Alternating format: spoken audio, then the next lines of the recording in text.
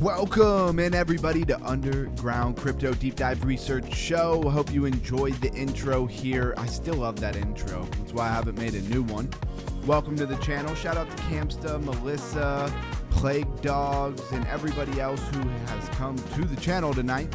We are going to do the show on following the money. Should be interesting. It is a continuation in the series that we are doing. And let me actually open my camera up so you can see me. How's everybody doing? Welcome to the Underground Crypto Research Show. Let me get you to where we normally start the show at. And these are the crypto bubbles, which is a great representation of data. I love visual representations of data because they help us understand what the heck is going on. I don't see anything amazing here. Everything looks pretty short, hence to why I am actually short on River right now. Still trading River. I love the music to the intro. Please don't change anything. Yep, I'm right with you, Melissa. Absolutely. Every chance I get up to my crypto knowledge. I read that all wrong. Every chance I get to up my crypto knowledge with OG Underground, I'm gonna be here. I don't know why I couldn't read that, but thank you very much for being here, Plague Dogs. I appreciate you. We have a beautiful crypto bedtime story, I guess we're calling it. I think it's funny because our stream's a little late, and I am short on River right here. It's just kind of flipping in my direction as it did go against me there for a little while. How soon should I take profits? I'm looking for a bigger ride down here to maybe something more like 12.7. Anyways, let's do our due diligence here. So not a whole lot to report as far as bullishness goes. BTC kind of having a little bit of a fall down today.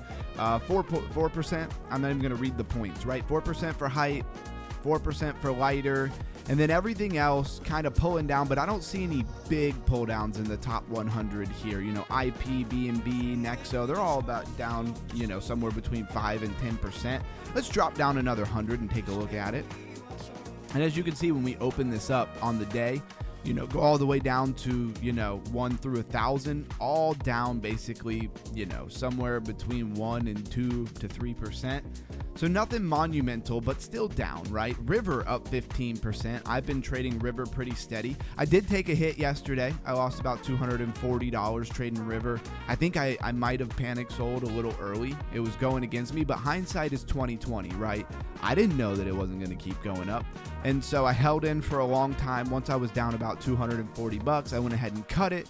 Still in the last 2 days, I'm up about $240. It was about half. It was yesterday's gains that I basically gave back. Not the most amazing thing as a trader, but you got to cut your losses sometimes. It could have been an $8,000 to $1,000 loss. I don't know. At the time, you just don't know. Anyways, Ray up 7.8%, Monad up 10.4%, 10.8%, River up 14.8%, Build On, which is in the World Liberty Finance ecosystem, up 7.7%, Thrax down 11. That's one of the bigger ones that I've seen. Let's drop down another 100 here. And shout out to everybody who's here. Somebody let Bankroll know that we're live. Somebody tell Blues Guy that we're live here. White Whale, 32.5%. So that's like the biggest, up on the day that I've seen so far. And we only go usually to the top, 1 to 300. We don't usually go too much lower than that. We can spin forever on this. That's not really the point. The point of this is more just to get kind of a pulse on the market, right? So 32.5% for White Whale, Rave, and Puff, up about 10%, 9 to 10% here. And everything else just kind of chilling. This Alchemist AI down 15%. All right, let's do our price rundown that we always do, refresh it. So the overall market cap of all of crypto, 2.5 trillion. So it's still continuing to trend down. It's down 4.5% today. It kind of is what it is, right? We are, as far as I'm concerned, we are in a bear market right now. I think we've been in a bear market for a while now. So hopefully it's only about a year overall from whenever we could say quote unquote bear market started. And for the altcoins, I'd have to say it was the end of 2024 going into 2025. So hopefully on the big macro scales, we're starting to find a bottom here, but I'm still raising my crypto IQ. I'm not leaving the space. I still am very, very confident that all of this blockchain technology is the future. But there's going to be ups, there's going to be downs. I guess it just depends on a person by person basis how you feel about it, right? Bitcoin, $72,786 at the time that I'm saying it. And Ethereum, 2,160. We didn't hold that. I love the psychological levels of 90,000 for BTC, 3,000 for ETH, and now we've moved pretty far from them. So it is amazing how quick we can bounce and go to the upside, but that's yet to be seen. What time frame are we looking at? We don't know. So BNB 698, call it $700, down 22.6%. ETH down 28%. Things taking a hard dip over the last 2, 3, 4 days. Here, this is obviously the 7-day. Here is the 24-hour. We focus a little more on the 7-day, and the 24-hour is just briefly mentioned, if you will. XRP, $1.49. I think it might be time for me to buy a little bit back. I did sell a little bit of my side bag, not my main bag, but my side bag of XRP to trade. Overall, I'm still up like $1,500 in the last 2 weeks. So I'm not complaining. I'm not underwater drastically, but the more, you lose a little bit of money, you got to pay a lot of attention because you could kind of continue to lose some money. Yep, back in the negative. Looks like it keeps bouncing off of my break even, like it is some form of support and resistance. It always does that, no matter where my level is. All right, so Solana, 92. Okay, how low did this thing get? It looks like it's as low as it's been. I thought Camsta said this thing was bouncing. 26% on the 7-day. Dogecoin down to 10.5 cents, down 16.5%. And we're just checking in here. I'm going to call this the crypto price check-in because that's really what we're doing. And you see how we paint a picture. We start with the crypto bubbles. Then we come over here and we look at the prices of some of the most significant cryptos in the top 100. And it starts to paint a picture of what is kind of going on in crypto here. So let's keep that chat running, everybody. Let's pull people in from the algorithm. It is all about the algorithm, and I am absolutely nothing on YouTube without you guys. I hope you guys always remember that you guys come first. Monero, $380. Canton, CC, if you will, 17.5. Chainlink, $9. Chainlink going under $10. Is that thing a sale on sale right now? Kind of seems like it. And it had this crazy wick. Or wait, that was Athena. Sorry. I'm mixing up my charts here. And look how a lot of these all look the same. They all kind of at this big drawdown and everything's kind of at the bottom or lower low, if you will, at support. All right, XLM 17 cents. Get through these. Avalanche $9.79. Sweet $1.08. Getting just 8 up. Zcash $253. HBAR 0.08. I'll call it 0.09 really. World Liberty Finance 13 cents. And let's go down and see if Flare has maintained itself. Oh, look at Flare. Look at Flare go. Because everything is falling. I don't think Flare has really gained a whole lot, to be honest with you, in market cap. But everything else is falling down. It went from 100 and 108. You know, we check this every day. You guys know that now it's at 78. So Flare moving up. But when the market turns around and money pours back into market caps of some of these other coins, it might go down. I don't know how much has really been increased in their market cap here. All right, let's go take a look at what is trending. I'm going to check in with my trade here. Wanting to push back down, to my break even. I don't want to add too much to this trade right now. Let's go look at our liquidation levels, see if they've changed very much. Hopefully it's not just ranging in a range right now. Hopefully we are going to get a break in a direction here. And we have some pretty heavy liquidity down to 13.7, which is not too far from where we are price action wise. All right, let's go look at what's trending. Solana Hyperliquid Checkmate, ticker check, does have a 7-day price action, so it can't be brand new. Bitcoin, Pudgy Penguins, Lena, River, Ondo, Ethereum, Tether, Chainlink, Zama. We're still keeping an eye on Zama. It wasn't Zama at like 200 million in trading volume like yesterday. Now it's at like 75, so that's why I didn't hop into that thing too early there. Axie, Infinity, Canton, and Athena. When a new coin comes out like that, might be a good time to just short that puppy. Very small amount and just get like a nice drawdown. It's doing a little bit of short squeeze right now. Can't let the bears get too comfy. Even XRM or Monero is bleeding out. All of the money is leaving crypto. People are capitulating. Yes, and this usually comes first, the capitulation. Oh, thank you, Melissa. I believe that's a sticker. I'm always a little confused because I expect to see like an actual sticker, you know, digital sticker. But thank you very much for sending in, and you just reminded me. It wouldn't account towards our goal anyways, but I got to set our goal here. That way we got to figure out a good celebration to do when we hit our goal. So let's go in here and add our goal of 5 super chats. Anything over $2 counts. Do it before Blues Guy gets here because he usually sends a super chat, right? XRP is getting close to the B short target of 135. Yep, a sticker. Okay, I thought so. All right, let's get back to the main program here. So Checkmate is new on my radar. Let's take a look at Checkmate. And are they checkmating crypto? I don't really know. Let's go to we are on the max chart. Let's go see when this thing came out. November 12th, 2025. It's practically ancient in the world of crypto. I'm just joking, but also not really at the same time. So overall, it's still up 269% since, you know, its token generation event, 19.6 million market cap. Not real huge, a billion. Max supply, but only 300.8 million circulating supply. So just, you know, 50 million over 25% vested, if you will.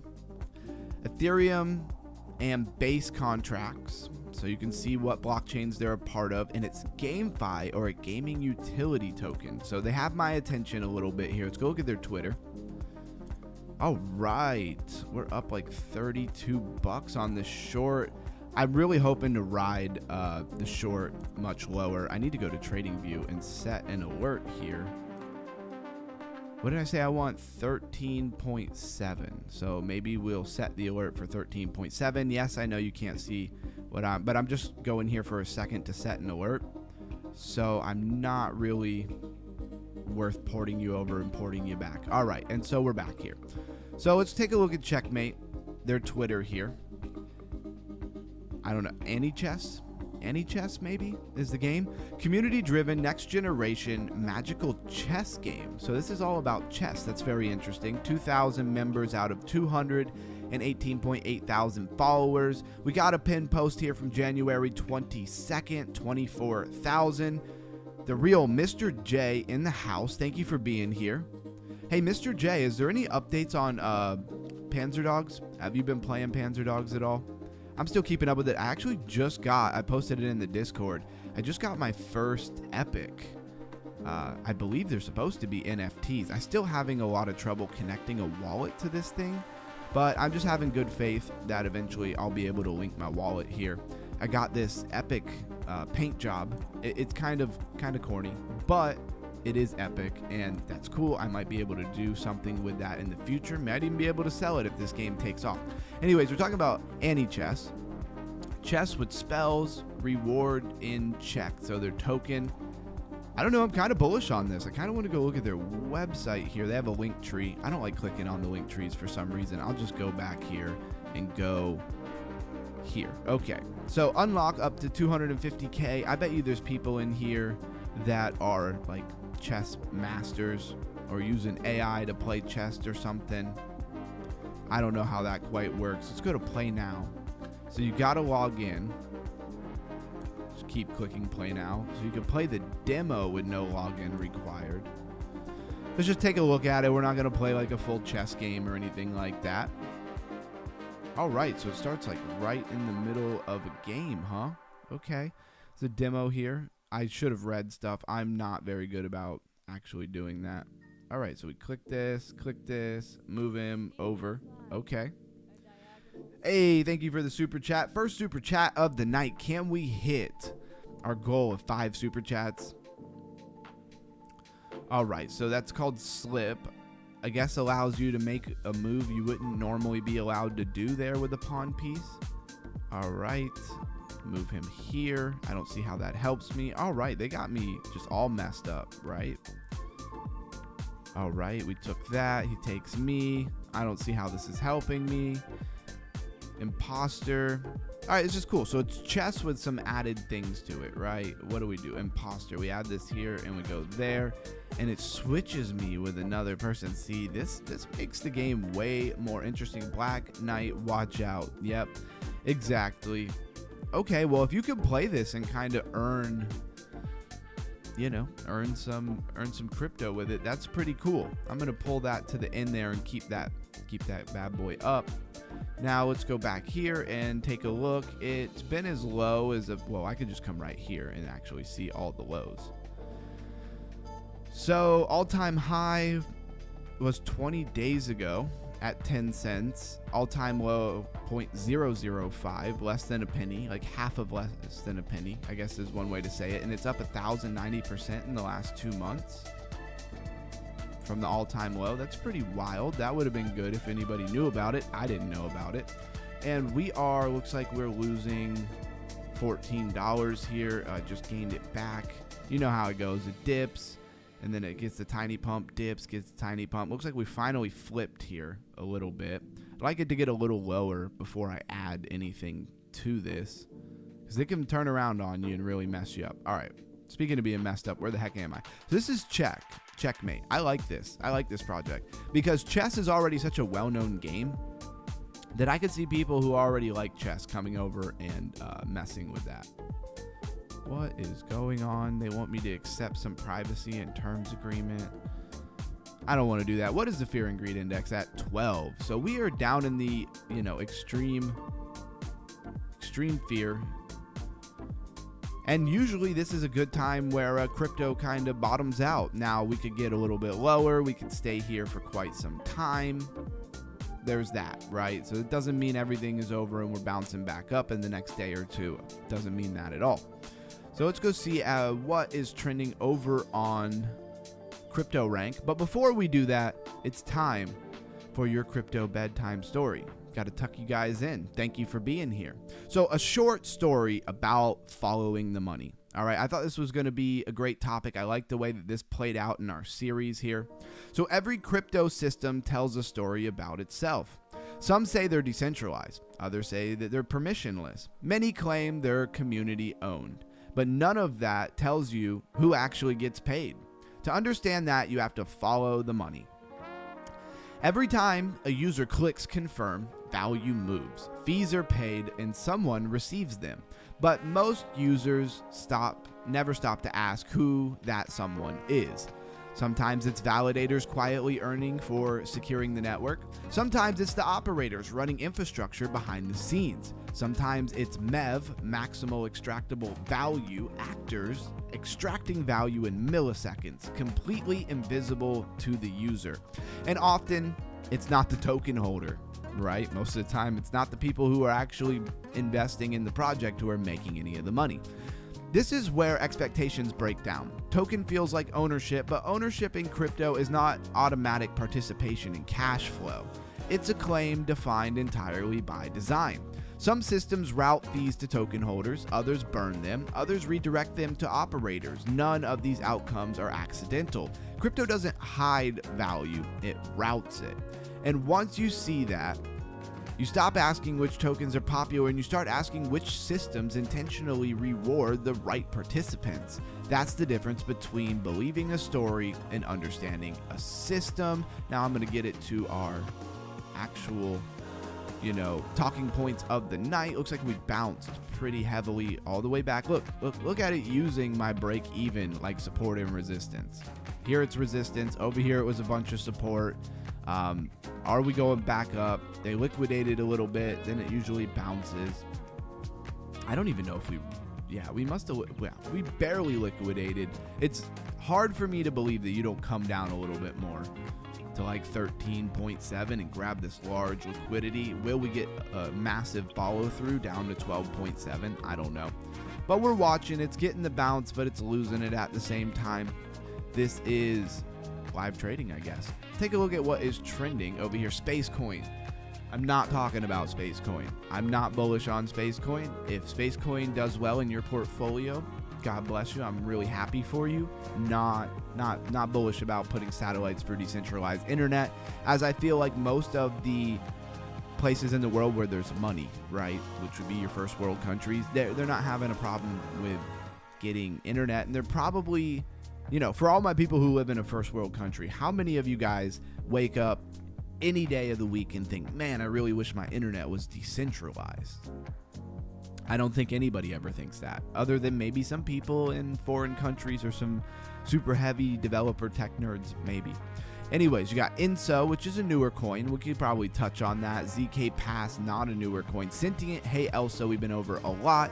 This Tria, we talked about yesterday, but we'll still touch on it. Zama, we've been looking at for probably a month before they finally generated a token, so we'll touch on that. Kindred, OpenClaw, Bulla kind of new on our radar here. It's a meme coin. I'm really out on meme coins. If we're in a bear market, it's not the time to necessarily be investing in meme coins. My opinion, not financial advice.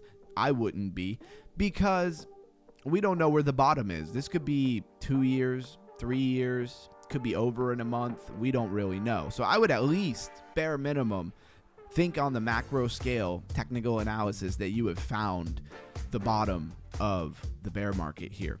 So Moonbirds, Maltbook, these are all kind of newer on our radar. Elon, we went over that. Propie, not new, but definitely not usually something we see trending. Fight ID is really awesome. They have collaboration with the UFC, Infinex, Lena, and ETH Gas. So right there we have a few things to cover. Let's talk about INSO real quick. I don't think any of those were really all that new, so we'll probably roll through this pretty quickly. 26.5 million in market cap, been as high as 80 million. It's definitely pulled down. Looks like it pumped and it's flagging out. Maybe it's going to run again on the daily. And INSO is a blockchain shortcut, your way to build and launch on chain. Where did it just take me? Why does it make this all dark? Who could read that? That's really weird. I've never seen it like that. And let's go to markets. Where the heck can you buy this thing? Backpack. This is where the airdrop was confirmed. Boost your points. Okay, I'm not familiar with that. HTX. Okay, so Whitebit. This is some odd exchanges. Like, you don't see Coinbase. You don't see Uniswap. Like, you're not seeing your major players here other than Binance. And we will move on from that. It's just about building and launching on chain. They're trying to make it easier for you. There's Blues Guy. What's up, Blues Guy? Thank you for coming in. Greetings and gratitude, beautiful people. Underground, my man. Blues Guy, my man. Thank you for being here. Now we're up to the second super chat of the night. Can we hit 5 super chats tonight on a Wednesday, right? That would be pretty awesome. Sentient. Let's talk about it, but briefly, because we've been over it a lot. Sentient is an open source artificial intelligence development platform. So they're very concerned with open source artificial intelligence. ChatGPT, Grok, not the most open source stuff. I don't think it's open source at all, as far as I know. I know that they said Twitter was going to go completely open source. Has that happened yet? I don't think that it has. I feel like that would have been somewhat major news when they finally hit the button and it did that. So I don't think they've done that yet, but that's something I think some people expect to happen. Would that make Grok open source, or would it just be like the Twitter algorithm and feed? That I don't know. 229.1 million in market cap, been as high as 335. The chart looks pretty good to me. Looks like you could maybe open along on Sentient right here. If this daily candle closes green, that would give you a tweezer bottom. That looks pretty good in my opinion. I don't know. I might want to open along on that. Maybe we'll do that live tonight and see how that plays out. I'll open like a really small long with some decent leverage, and that'll be that. Somebody remind me of that, because I kind of want to do that. We'll check on our trade real quick. We're back down into the positives. We're only 30 bucks. If I wasn't live, I'd probably go in and out of this a little bit more. I would have sold here, probably got back in up here. It is what it is. I'm not going to distract or derail the entire stream just to do that. Then we have Hey Elsa. Think ChatGPT mixed with trading bot. I don't think there's an actual bot. It's more of like a ChatGPT that you can talk to about managing your portfolio. Hey Elsa is a cryptocurrency trading conversation bot designed to assist users in managing their cryptocurrency wallets.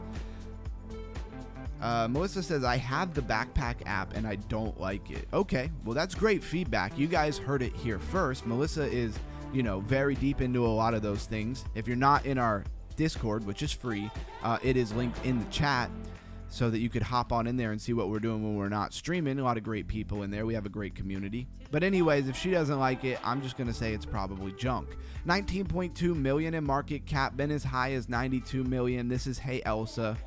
Or Alyssa. Hey Alyssa. I don't know. I think that might just be dialectual, but anyways, I digress. And where can you even buy this thing? What are our markets down here? Aerodrome. Okay, so that'd be like your decentralized over on Base. And this Huobi HTX, pretty sure it is. Bybit, Gate, Bitmart. Bitmart you see pop up a lot of times. Bitmart is not the biggest exchange or anything, but sometimes you can get coins over here that you can't get anywhere else. They just happen to kind of come out over there first. Ads always get me on CoinGecko. Crypto rank, I mean. Anyways, there's a link in the description to Bitmart. Cough came out of nowhere. I always say that. Anyways, so yeah, there's a link to my Bitmart if you want to join and have just another exchange where maybe you can get some things that you just can't get other places. They do maybe later come out other places, but do you want to wait? That's very much up to you. Then we have Tria. Tria is a self-custody neobank and payments infrastructure for humans and AI. So like a bank that your AI agent could use without getting flagged. It's kind of interesting. 46.3 million. And it's been as high as 53 million. Need to hit some drink. Binance is going down. What does that mean, Gamsta? What exactly does that mean? Are you one of those people who hates CZ? Put it in the chat. Let me know. CZ's done a lot for the space. Do I know if he's a really good actor? Is he somehow responsible for a lot of the bad things that we've seen in crypto? I really don't know. Nobody's really been able to come out with anything. Yes, he spent some time in jail after America was pissed that he basically avoided paying taxes because he wasn't settled in any country. He's a global internet thing. How do you pin him down?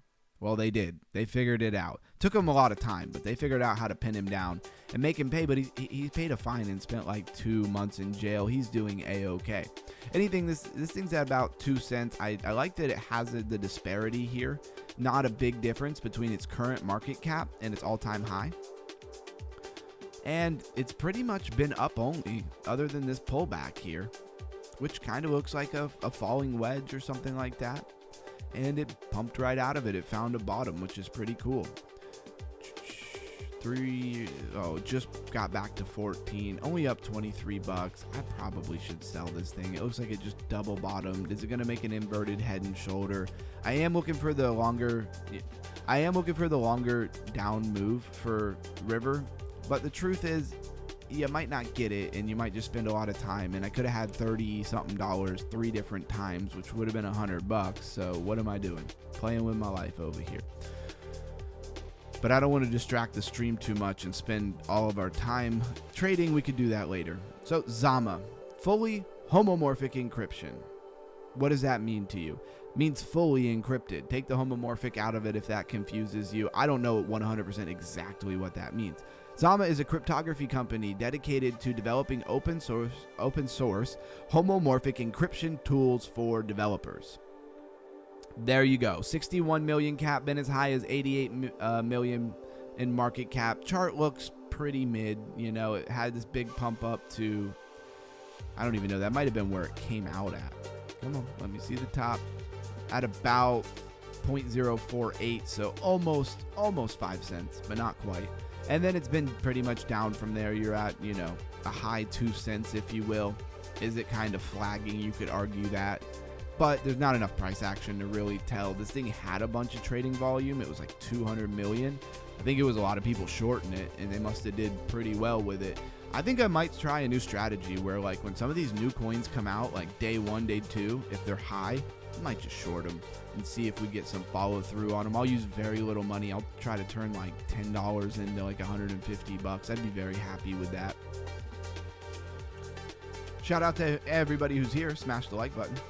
Breaking: Binance reserves have been depleted by over 44 billion in the last 3 weeks. Okay, what does that really mean though?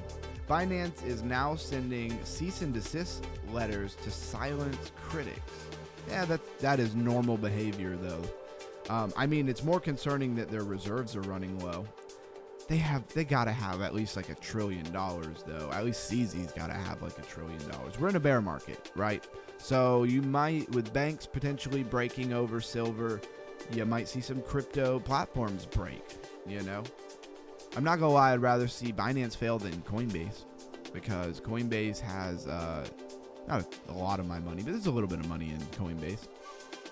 Kindred AI is an AI companions from licensed characters with decentralized memory and voice-rich interactions.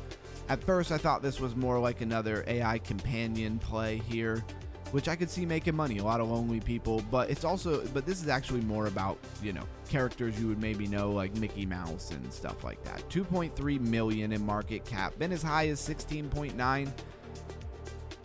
I really think I'm going to start shorting the heck out of a lot of these new coins.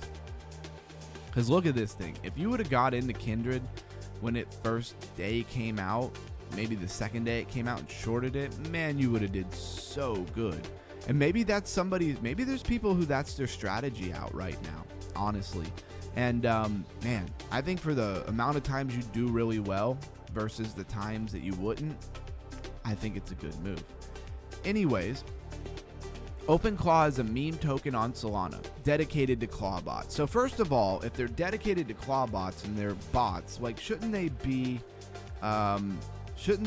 like a little bit more not a meme token, right? Shouldn't you be more of like a serious tech project than a meme token here? So I don't like my serious projects, AI and stuff, to be pump.fun Solana coins. That's not my jazz here. Under $1 million in market cap, been as high as 6.8. I gotta say, I think this thing is cooked. It's about Clawbots, or it's about bots in general. We'll go to their website. A lot of these things we've been over many times, like literally the last 4 or 5 days, many times. So I'm running through them relatively quickly. The AI that actually does things. Okay, well, they need to set their AI to make some money and then put it in the market cap. A buyback strategy using their AI, I think that would be nice. That would be really cool. Why has nobody done that yet? That would be so freaking awesome to have, a couple mil. That would be a cool project, right? Where it took like 40% of the market cap. Something like that. I don't know how they would do that. Okay, I take that back. They'd have to have some money to start with or whatever.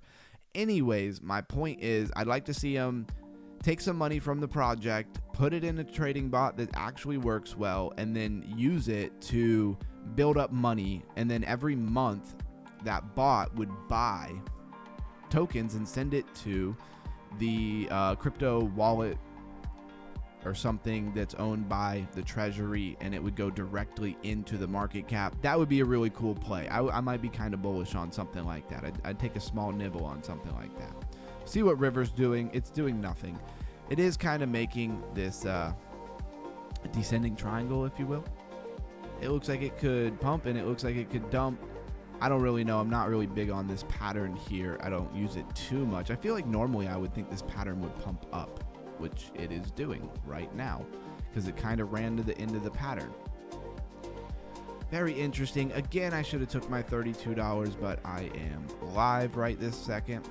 So Moonbirds is an NFT project. It was owned by not YGI Labs, Yuga Labs, which was your Bored Ape Yacht Club, or still is your Bored Ape Yacht Club. And then they sold it to Orange Cap Games. I'm trying to remember all my information. I'm doing this 100% off of memory, right?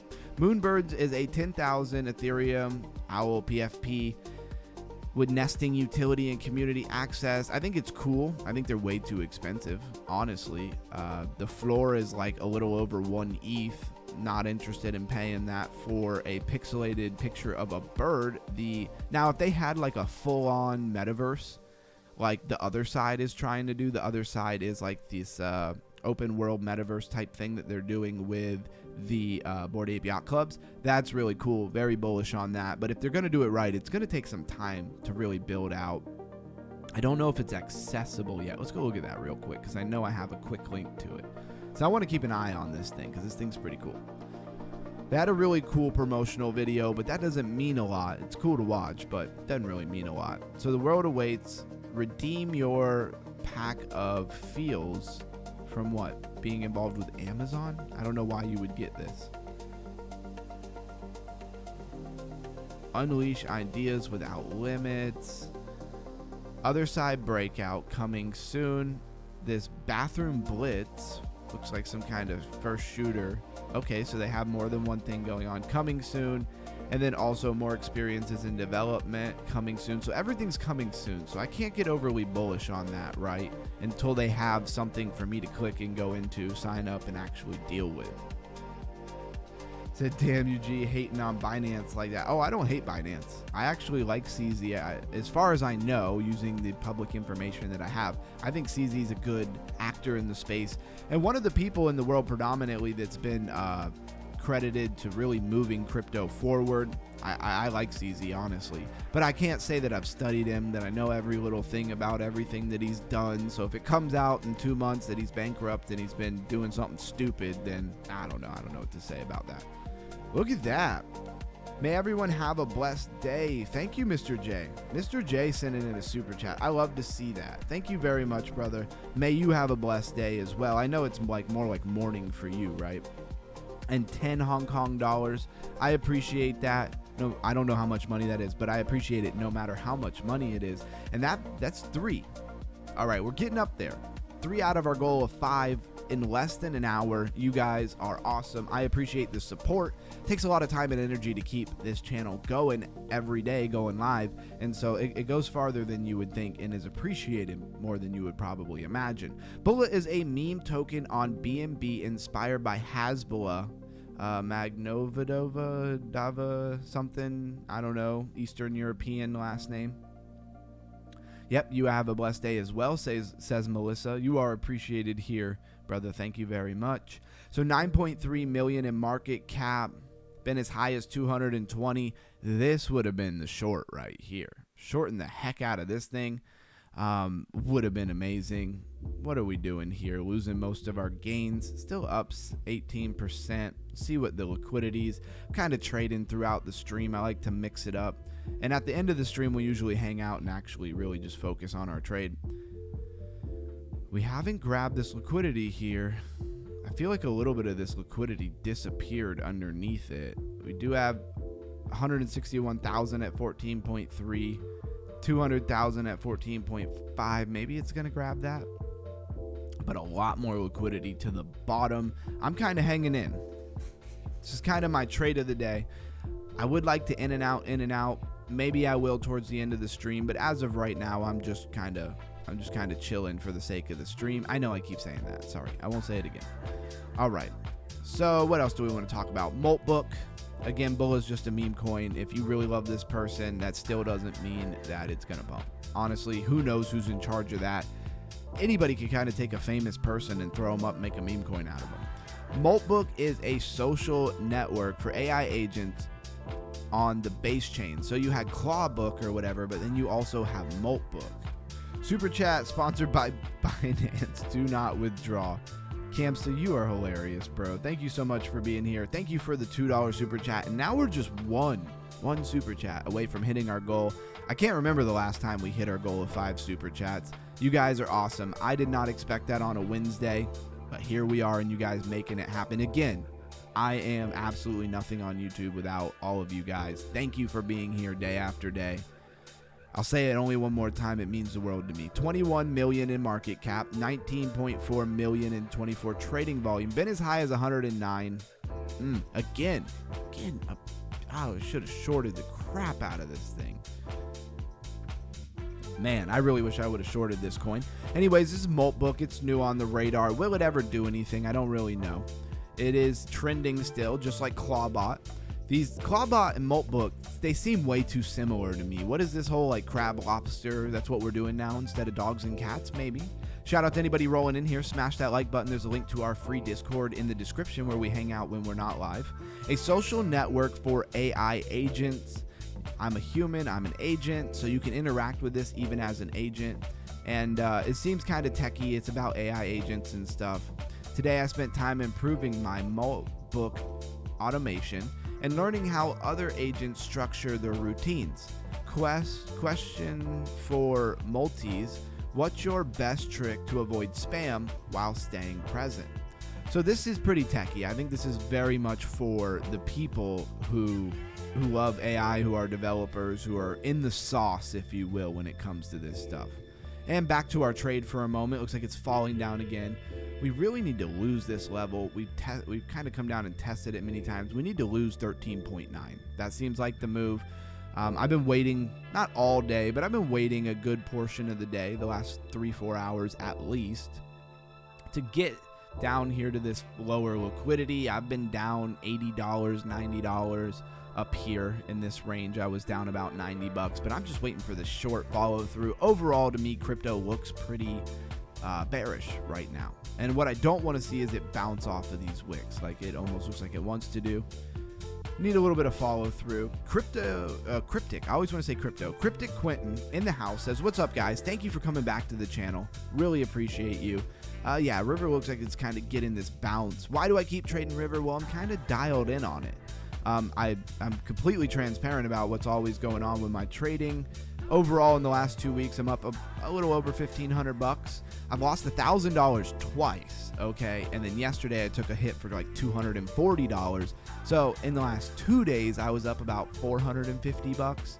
I lost $240.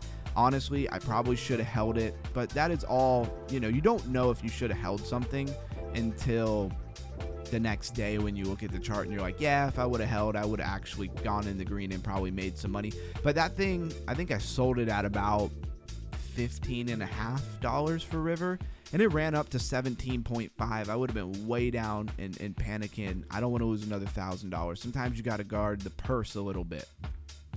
So you have El Chileon, or Elon is a lot easier, is a leading market connecting liquidity and supercharging yield. 3.2 million, very small, only been as high as 5.8 million. So again, very small. The chart looks straight down. Will it bottom out at some point? A lot of times, in my opinion, these things are way too new to really know what direction they're going to go in, and the rest of the crypto market is very important. I think as long as we stay kind of downtrending for BTC, I'm going to start finding these newer coins and shorting the heck out of them because that's what they seem to do. The 2nd of February 2026 is when this coin came out, not very long ago, 2 days ago. And let's take a look at their website real quick. Let's look at the actual app. It's probably going to tell me, sorry, you're in the US or something like that. Yeah, proceed with their little disclaimer. That's right. So they really wouldn't show you a whole lot, I guess, without being logged in. Let's go to dashboard. Yes, disclaimer. Yeah, this doesn't make a lot of sense to me. They're not showing me anything. If they wanted me to connect my wallet and sign up and deal with them, I don't know why they wouldn't at least show me what the yields are right now. So let's see. Best fixed yield, 8%, 10%. But this says test. So this seems like it's maybe still in testnet, not mainnet launched, if you will. I did the same thing with gold and silver today. I held both trades down 50% and kept adding to them. That's where you got to be a little bit careful. Thank you, Melissa, for putting the Palau ID in. That is so you can KYC on different exchanges. And yeah, so you got to be careful adding. That's where it can really get you. And you must have been in a long. It says, thankfully it went back up. I would have been wiped.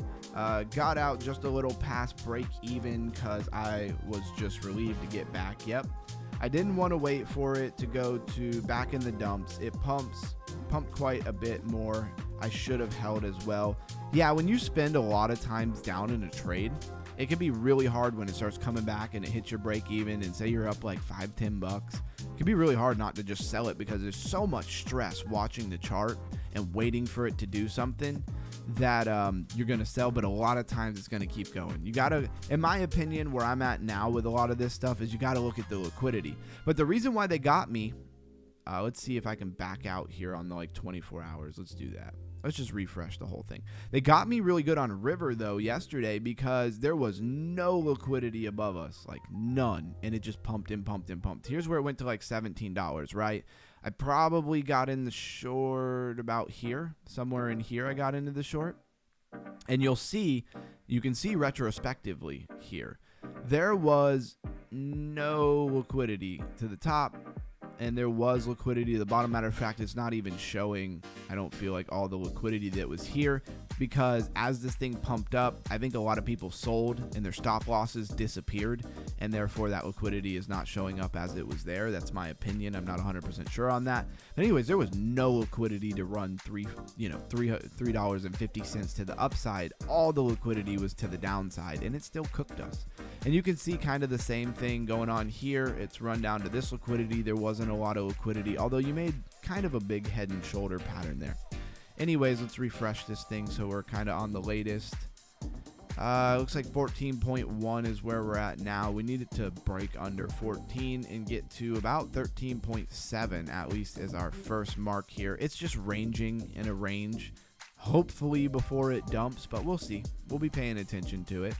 So then you have Fight ID. Manat is still trending. Shout out to Melissa. Darn, what a drop. Ouch. Huh. I wonder what he's talking about. Gold? Yeah, maybe gold. Yeah, the crypto is free falling, man. We're seeing levels we wouldn't have dreamed of I think he meant if of when BTC was at 100K. Okay. No, it's just me. I'm reading it wrong. But yeah, you're right. If Bitcoin was at 100K, you probably wouldn't see these levels. That's the thing about it. And I very much believe we're in a bear market.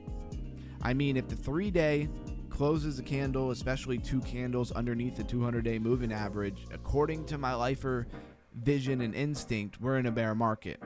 But if that's the truth, I think we've been in the bear market for quite some time. We'll pull that up in a minute here. Fight ID has connections to the UFC. I think that's pretty awesome. It's a licensed Web3 ecosystem that transformed combat sport fandom into on-chain identity, reputation, and ownership. And man, this would have been a wonderful thing to short. Should have shorted the crap out of this thing. That's how I'm feeling about all of them now. Liquidity, 24-hour trading volume, very low. But I'm using such a small amount of money that honestly, 8.5 million, that would have covered me. That would have covered me. Maybe half of it, Maybe I could have got like half of that. No, I'm just playing. I probably would have made, $500-600, maybe $1,000 on this dump. Would I have held it this long? Probably till it pumped right here. And then I would have been like, all right, I'm out. I don't know what this thing's doing. And where can you buy Fight ID? Uniswap, MEXC, KuCoin, BYDFI. I don't really know what that is. Yeah, 9:30-ish is usually when they are going to pump, if they are going to pump at all for Tokyo. Yeah, it pumped on me at like, not 9:30, I don't think. Here, we could go back to the liquidation chart. Let's just refresh it. Let's see. When did that pump really start? Was it like 9:30? I'm pretty sure it was later. Yeah, okay. So 7:30. You might be really on point here. Yeah, no. So it actually started pumping around like 8:30. And we are kind of at that moment here where it's rolling up on 9:30. It does seem like it's consolidating, but it's under the 200. And let's zoom in on our liquidations here. It's up to date. Yeah, there's a tiny bit of liquidity, but like, why would the market maker really want to go up here? And he might just pop up real quick, touch those, but all your payment for them is down here. And there's $1 million plus, probably $2 million ready for them to put in their pockets just right here. And so I don't see why they don't do that. That would make a lot more sense to me, but that doesn't mean anything. It really doesn't mean anything. the pop-ups on crypto rank are terrible. All right, so then we have Infinex and ETH Gas. Let's cover those real quick. Infinex is a decentralized exchange offering a user-friendly trading experience similar to centralized exchanges. I'm not really bullish on these decentralized exchanges right now. There's too many of them. Which one is the good one? I don't know. We've checked this out a little bit. I've seen a lot better as far as the actual user interface and stuff. Not very amazing. 25.8 million in market cap, 46 million all-time high. Looks like it also would have been a pretty good short, not amazing. And only 14 million, almost 15 million in 24-hour trading volume.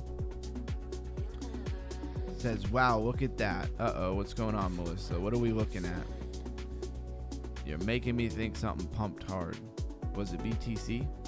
Did BTC pump? No, BTC still under its 1 minute 200 here. Hasn't done anything amazing yet. Says, you there, Blues? King of the Flare ecosystem. Oh, is that what... Blues guy, are you talking about Flare dropping? Now you got me concerned. The heck is dropping? No, the fight ID. Yeah, okay. Now I follow. Yeah, that thing just dropped. That would have been a beautiful short. For sure, let's pop back up to our top 100 here. Again, Flare back in your top 100. Let's see if we can find it here. Am I blind? Do you see Flare yet? It was number 76. Oh, here it is. There it is. All right, let's go to the hour. So a lot of things on the hour starting to turn green. That might not be the best look for my trade here, but I'm not quite willing to get out and sell it yet. I should be willing to get out and sell it. I should take put a stop loss in up here, or I should take my 20 bucks.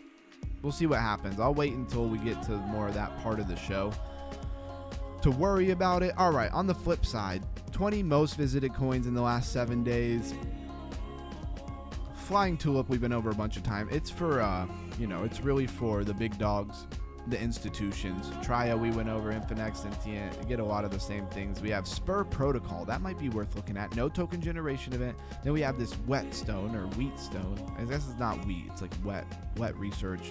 It's an odd coin, but we'll look at that. And that's really all there is to take a look at. So let's get started here with Spur Protocol. Have you ever heard of it? Probably not. They've only raised 320,000 from this Huo starter, which I've never heard of. Pretty small venture capitalist, I guess. Spur Protocol is a decentralized governance. Oh, I'm forbidden to access it. Gotta love that. Let's go to Twitter. See what they got going on Twitter. Obviously, they're not friendly to Americans, apparently. Facilitating new age decentralizationism building with these people. Sun Blockchain and Spur Swap. Sun Trading is now live. S-O-N, not S-U-N. This is the beginning. Sun Blockchain development is testing. Mark the next phase of growth. Pretty meh if you ask me. 290,000 followers is pretty good. February 2nd, pin post 99,000 2 days ago.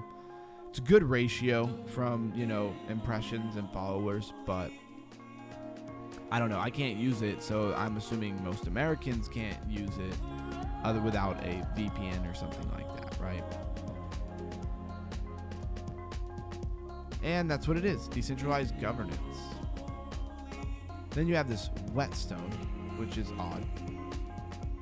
No, the fight ID, it's like it rugged. It might have rugged, right? Flare just brought out a new vault app that makes more passive income called Mystic Powered by Morpho. That's really cool. That's probably a video to do. I got to get the next Flare ecosystem deep dive video going here. Sorry for the delay on that. Been very distracted with trading. I'm up, but I'm getting a little distracted with it. Trading takes a lot of time and patience. It really does.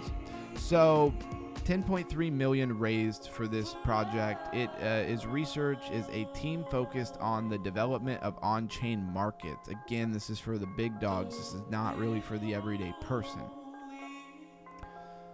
And you can tell by their website. It looks like overly professional.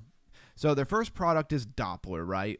And their second product is Pure Market. Pure Market is built on Doppler or with Doppler, and its hyper efficient price discovery and liquidity bootstrapping protocol seems like something that's more useful to an institution, a decentralized exchange, a centralized exchange. So they know what they're doing. They're going to where the money is. But as far as me and you, probably not anything that we'd ever really care too much about. Now let's go take a look at top gainers, top losers here. Go back to highlights, top losers, top gainers. And before we even do that, clicking on the wrong things, let's raise that crypto IQ. You know what time it is. It is time to educate y'all on some crypto. So we're talking about following the money. All right. If you guys honestly have been paying attention over the stuff we've been going over for like the last 2-3 weeks since we switched to like a series, which I think is 3 weeks. We're in the third week. Okay, I'll put it that way. And man, I think this stuff is really good to help you guys understand what is actually going on in the world of crypto behind the scenes and stuff like that. I've gotten, it's stuff that I kind of knew, but we've gotten more details. Sorry, I'm always like wiping my nose. It's because I like rub my, my like beard up against the microphone and it itches. All right. Flare just brought out. Okay, I read that. Will you take a look at Natix, please? ID, like your opinion. I'd like your opinion. I don't know why I read that ID. Yeah, I'll look at it as soon as we're done with these IQ raising events. I need a cool name for it. Anybody have a cool name for when we read this stuff? All right. The assumption most people make here, right? Most people assume that if a protocol is widely used, the token holders will benefit. This is one of the biggest misconceptions for a, lower crypto IQ person. This assumption feels intuitive, but it's often wrong. Usage and value capture are separate design by choice, separate design choices, right? So again, how the money flows back into the market cap is the only thing that benefits the user. If it's paying validators and people who run infrastructure, that's not really equaling price go up for the actual asset. And I honestly think that a lot of projects need to focus more on the actual value and price of their token, because without it, people lose interest and they just leave. Like because you can't, unless you're going to be a validator or something, which takes some big money. That's a big investment, especially in a piddly coin. It's one thing to be a validator for Ethereum. It's a whole nother thing to be a validator for Fight ID, right? Or something of that nature, some tiny little coin. That costs money, and would you want to get involved in it and then 6 months later you're not getting your money back and it's dropped dramatically in relevance as well as price action? You wouldn't want to do that. So where fees originate? Fees originate from users interacting with the block space, liquidity and computation, or coordination. Every transaction produces value, but that value doesn't automatically flow into the token. Understand where fees come from is the first step to understanding where they go. Validators and operators. In many systems, validators or operators receive the majority of fees. Right there. This is talking about following the money. This is who's getting paid. Validators and operators. So if you love making money in crypto, maybe we need to think a lot more about being validators and operators. It's going to be different per project or chain what that costs in order to actually do. They provide security and infrastructure, but their incentives are not always aligned with the token holder. This creates tension between ownership and operator.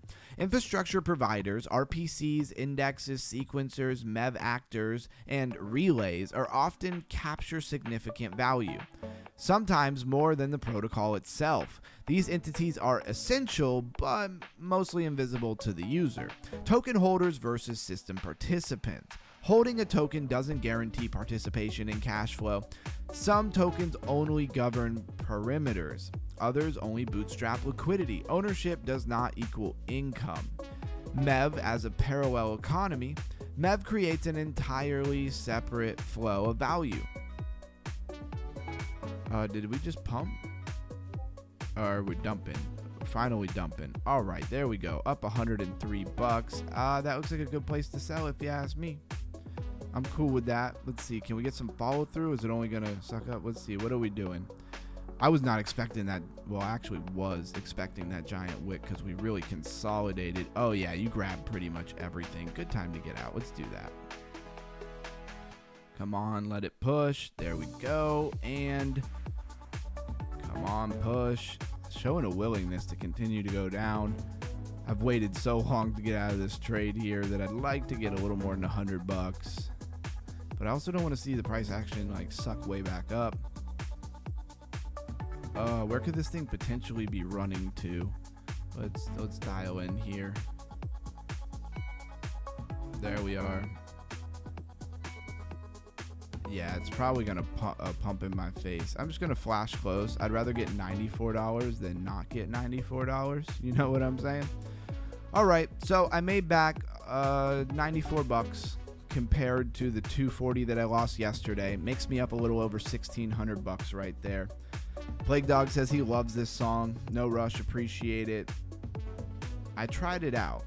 I like it. Nice. That's cool. I'd love to see that. And I'm going to let this thing cool for a minute before I hop right back. I could hop right into a long. I'd probably make some money. Or this thing could keep dumping.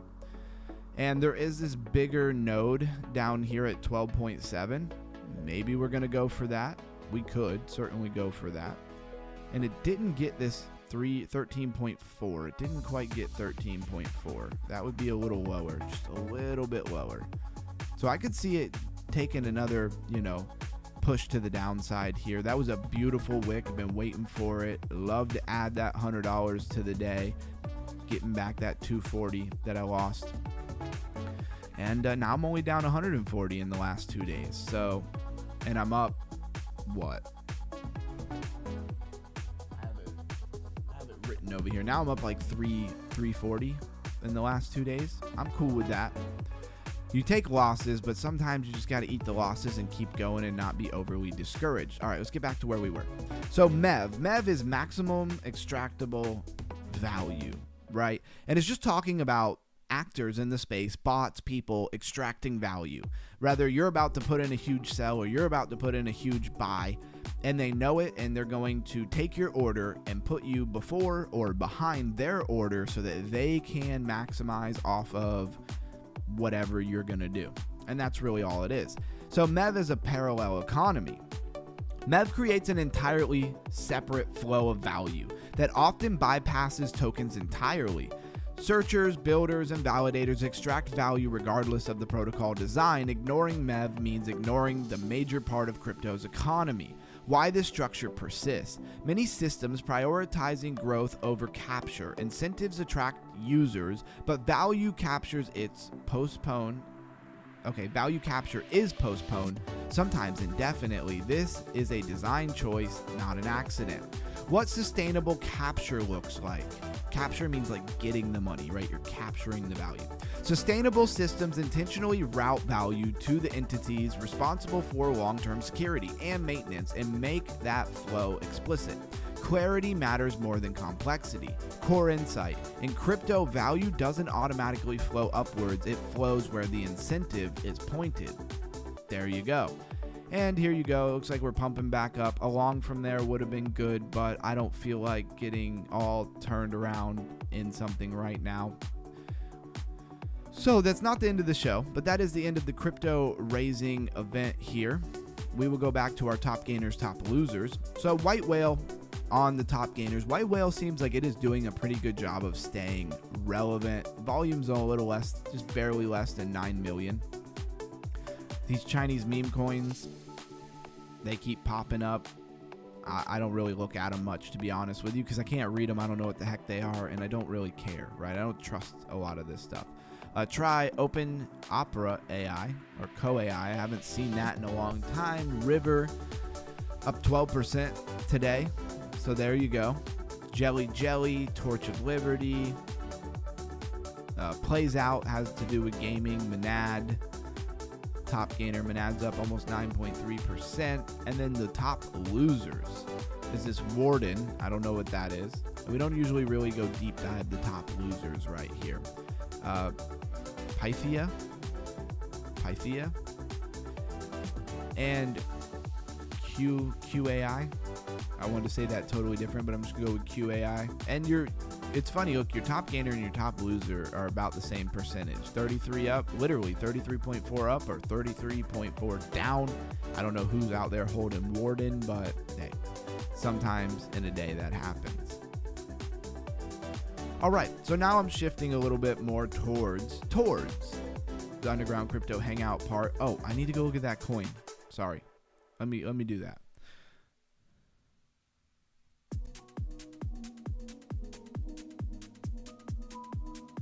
Oh man, you were Blues guy. You were long? Why were you long on River, man? Gotta look at the liquidity, bro. And also, if that dip wiped you out, brother, you needed more money to work with your margin. Less money in the trade, more money in the margin is my opinion, because it was a drop, but it wasn't that crazy. But man, I hate to hear that, man. Made 200 with 20 bucks, lost it all with that drop. Ouch. Man, I'm sorry to hear that, brother. That sucks. You do need a decent amount of money to run the strategy that I'm running, because you have to have money to put in your margin, right? Like, if you don't have money to put in your margin, like, you'll see me, I'll put $50 in the trade and add 200 in margin, and then I'll put $50 more in the trade and I'll add 400 in margin, like 600 in margin to protect $100. But it's very necessary if you don't want to get wiped out on a flash wick.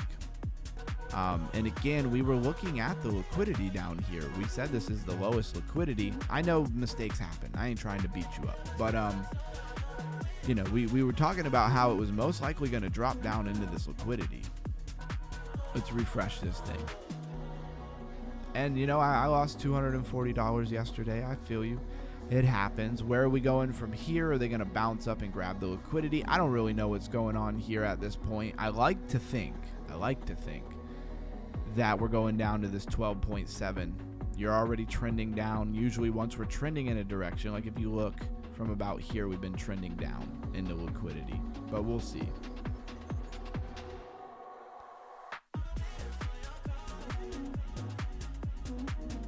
Said I had 50, bro.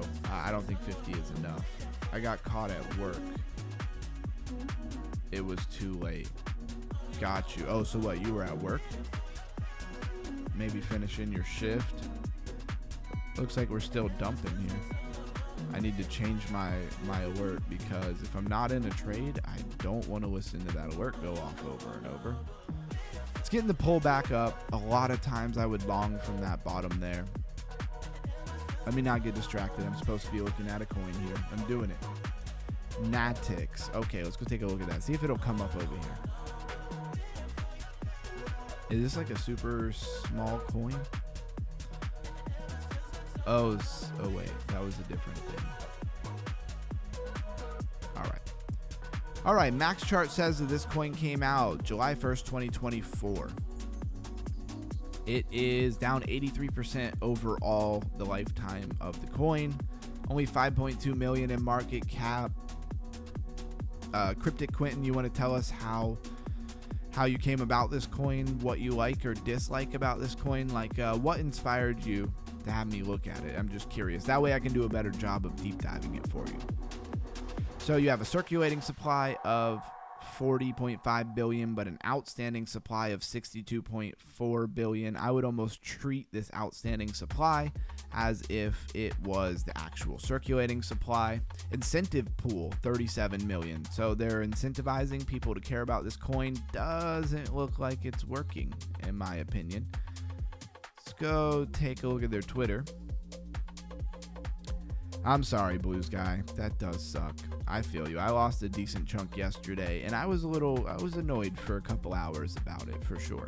The world's largest camera infrastructure of mapping. Okay, so this is like Hive network, and there's several of these. I mean, they're basically giving you a small payout to run these nodes, I guess, or these geodata collecting devices. And then they're selling them to probably people like Google and stuff like that, right? So 144.4 thousand. I like the model when it comes to these. Now, how much room in the world do we have for all of these? I don't know. Google would probably buy data from every single one of these because it probably saves them a crap ton of money to run their own cars and pay people to go and do this stuff. Why not have other projects where they can grab it? And there's more people buying this data than just Google, but Google's probably one of the biggest one, or the actual company, Alphabet. 3K vanished. It's okay. Plague Dogs wants to know, are you in the Discord? I mean, he's definitely a part of the Discord for sure. They have good partners. Okay. 245,000 impressions on this video from January 22nd. That wasn't very long ago. Much more than their actual followers. A lot of their stuff, they're not getting the best impressions. They're not exactly new. And if you're earning the token, from this thing, then your token is just getting beat down. How much lower could it go? I don't know. It only has 5.2 million in market cap. I think when it comes to these projects, I like Hive better. Let's take a look at how they've fared though. I haven't looked at their chart in a very long time. Oh, this is the wrong one, I think. Smart contract, social fi, gaming. Yeah, this is not what I want to look at. It's called literally Hive Mapper. Cryptic Quentin, have you bought one of their devices? Because that's kind of the only way to really be involved here. And they haven't fared much better. Now, again, you know, this is actually a really good point, and I want to say this because this has to do with, this has to do a lot with the whole topic that we've been talking about tonight, right? So we talked a lot about how just because validators and MEV and people take advantage of these different coins, networks, projects, whatever, and they capture value, doesn't mean that it's going back in here. Honey is the same type of projects as this Nautix or whatever that you just brought up. And they could easily just be taking the money that they make from selling the data, and they could easily just be putting it in their pockets or in the treasury, whatever, but they're not doing coin buybacks, right? So what happens, they reward people in coin. This is what happens, right? They reward people in the coins. This one's called Honey. The coin is given to the people who participated in this project.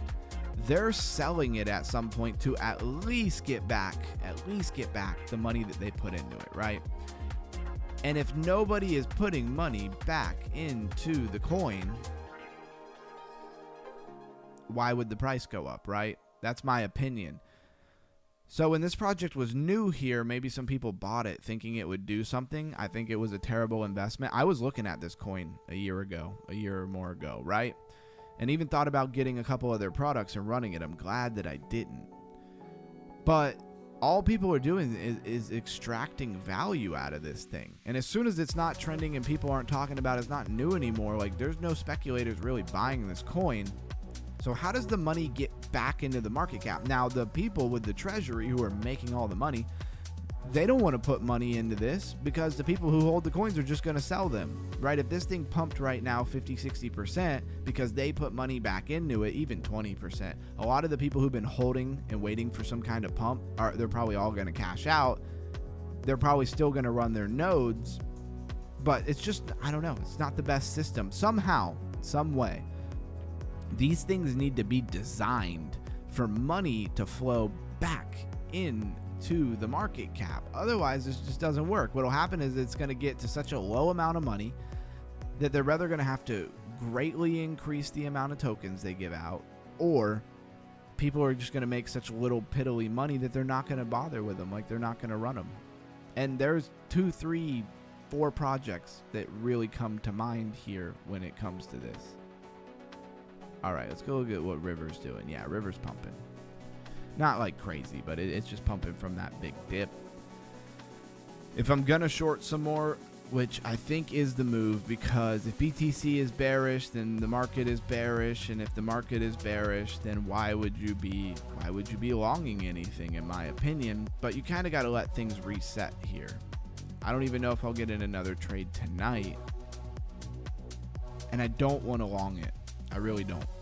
Not interested in longing it unless we started to make more of like a real parabolic move here.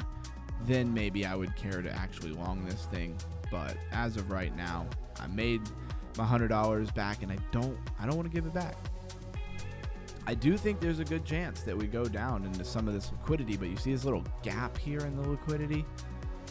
That might take it a little while to do, and I could get in a short, it could flip and start to run. Obviously, that's kind of any point in any time that if I'm gonna short, I need this thing to have like a nice big pump up. Like at least come get this liquidity at like 14.3,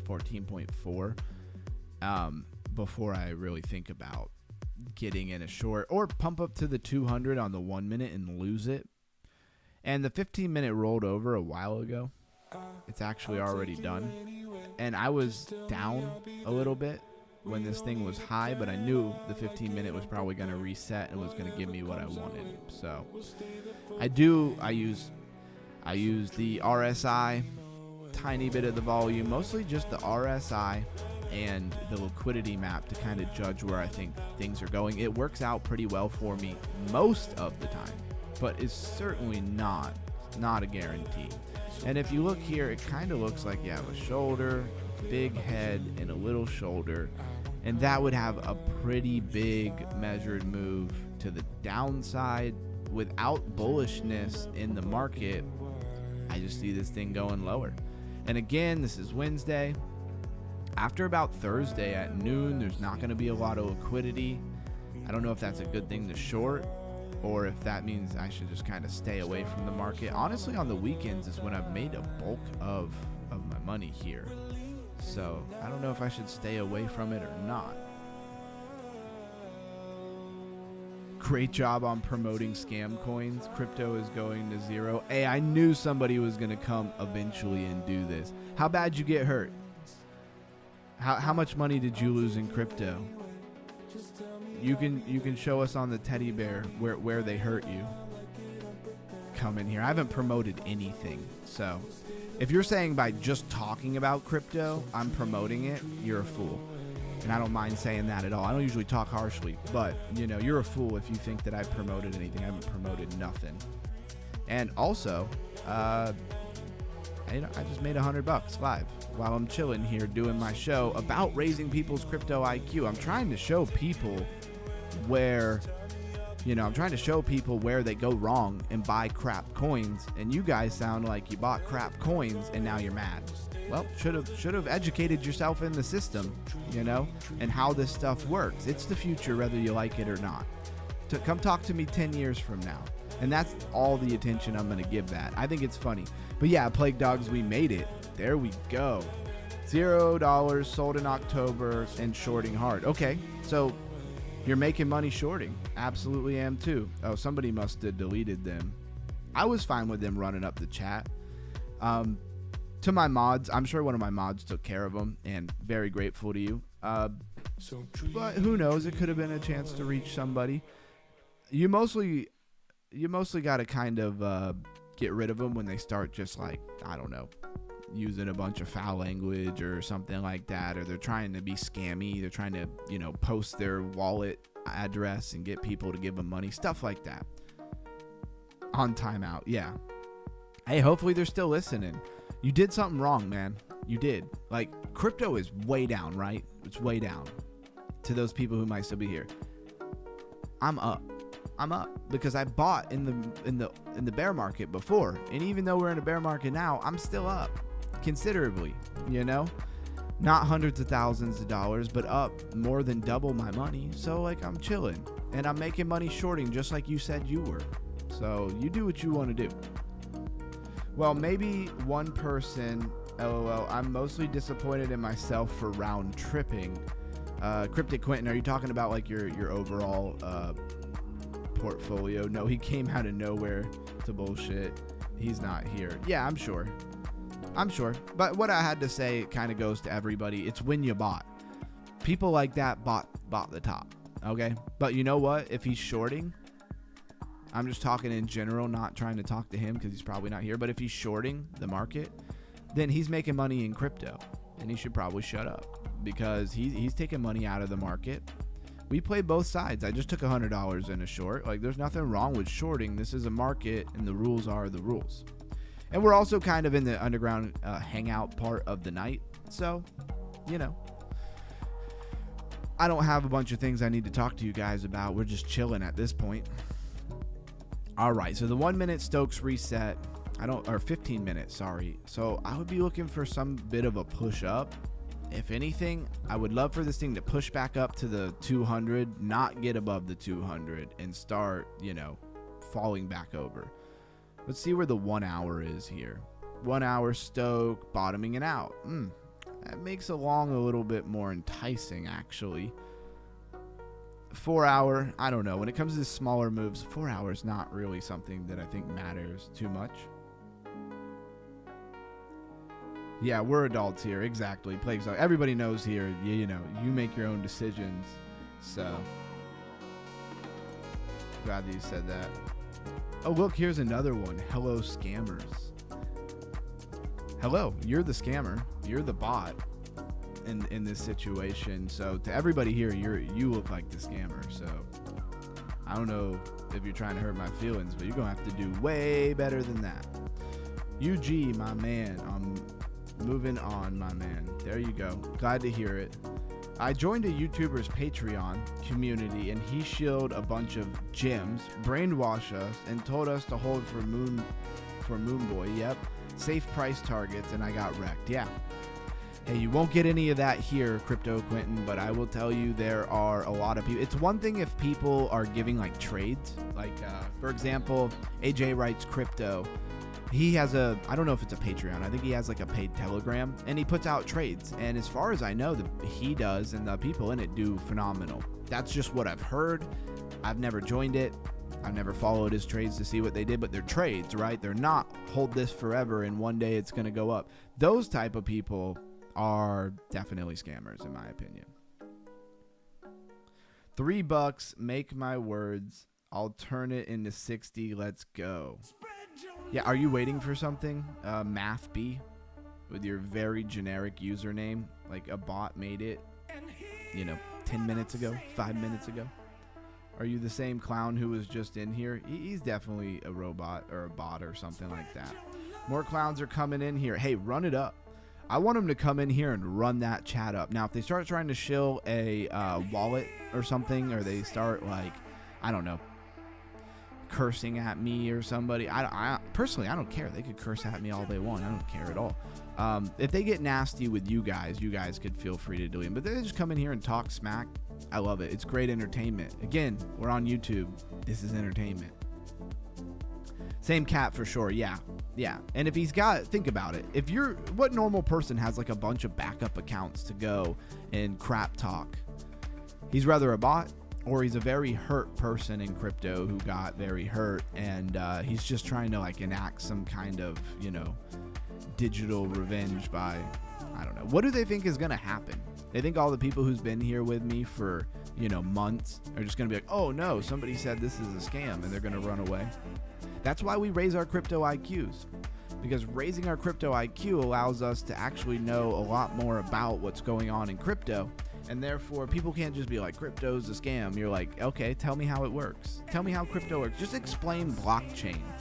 Just blockchain technology, which is very simple to understand and explain. Just explain it to me. And if they can't do that, they don't really have a whole lot of room to talk to tell you what is and what isn't a scam on a technology or a market that they don't even know anything about. They bought meme coins. They got wrecked. Serves them right. It's like how to build a portfolio. You know what I mean? You build a portfolio, and if your portfolio was made up, entirely of meme coins and highly speculative things, then you played yourself. I nearly lost half my savings. Took my years to save. That I'm really sorry to hear about. Now I'm just a dummy hodler. LOL. Learn the hard way. A lot of times we call it the price of tuition, right? To learn, sometimes you got to make some mistakes. I'm not promoting buying a bunch of crap and holding it like that's a good thing. That sucks, and whoever did that sucks. You won't ever get that here. I'm not promoting nothing. See, it's one thing for me to promote like, here's an exchange. You could buy a token on if you wanted. But I'm not promoting a token, and I'm certainly not telling you you should hold it until it goes to this price or it's gonna go to the moon. I don't say none of that crap. And I know you guys know that. I feel you. I did that 3 months ago. My full pension. Oof. Is that what I already know about Blue Sky, or is that more than that? Much love, fam. Gotta go do VR mini golf. Hey, you do your thing, Plague Dog. Thank you for being here. Yeah, I went stupidly blind. Plague Dog's hit me up. Yep. Love to see that you guys connect in. Says, damn, bro. Sorry, typo. No worries. Cool. And it looks like we're kind of getting the move up here, which I would expect. The 15-minute looks pretty good. I wish I could see. Let me see when this 15-minute candle is going to close on River. What do we got? Oh, we have less than 1 minute before it closes. Oh, that long is kind of enticing, and the Tokyo market's kind of waking up. But is Tokyo gonna pump this thing? I don't have a lot of faith in Tokyo pumping the thing. Let's see. Let's put a trend line on this bad boy and see what's going on.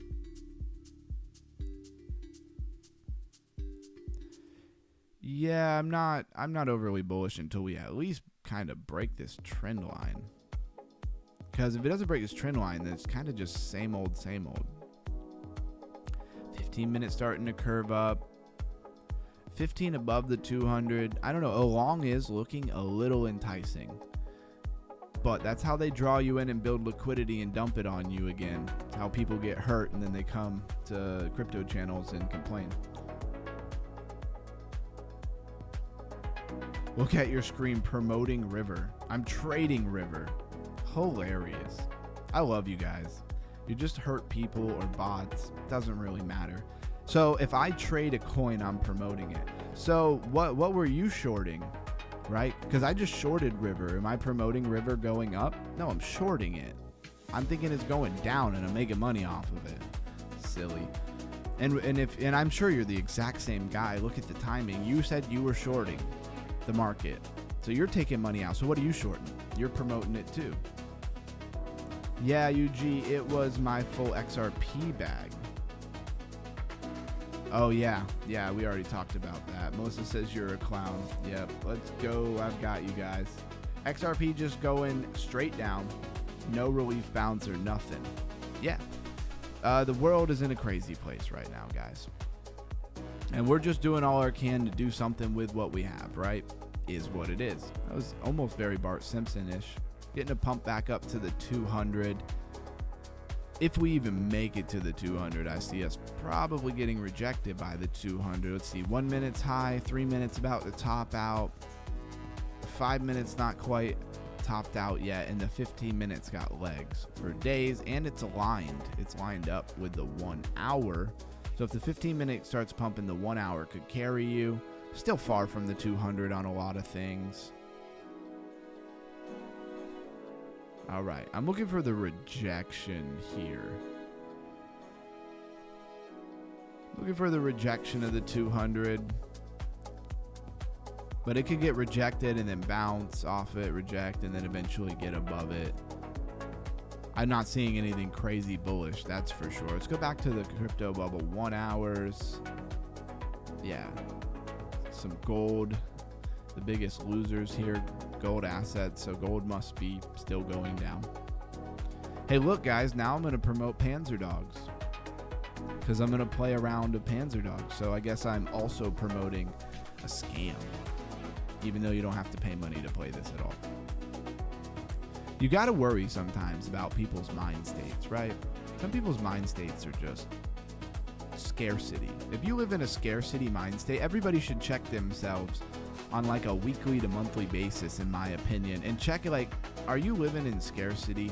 Are you living in you know, an abundant world? Are you living in abundance or scarcity? I think it matters a lot, and everybody has the right to do that if they would like to. Yo, what happened? I definitely just fired.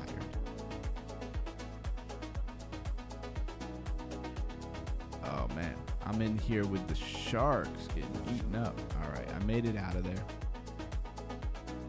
No, don't touch my health. Did he get the health pack or did I get the health pack? I Can't even tell. I think you should put some Trebbiani and get massive. I don't even know what that is. How does your kids feel living with a 300-pound mass monster? Huh. I have no idea what you're talking about. I also don't watch TV. Like, I don't watch any TV stuff. Whatever TV stuff is. That sounds crazy, but I don't watch TV. So if that's like a show or something, you lost me. I also don't watch movies. Not a big fan of movies and stuff like that. I think movies are mostly boring. There's a good one every once in a while, for sure. And if it's a movie I've watched, it was probably like taking my son to a movie theater so that, you know, he could enjoy the experience of a movie. To me, that's not the same thing at all.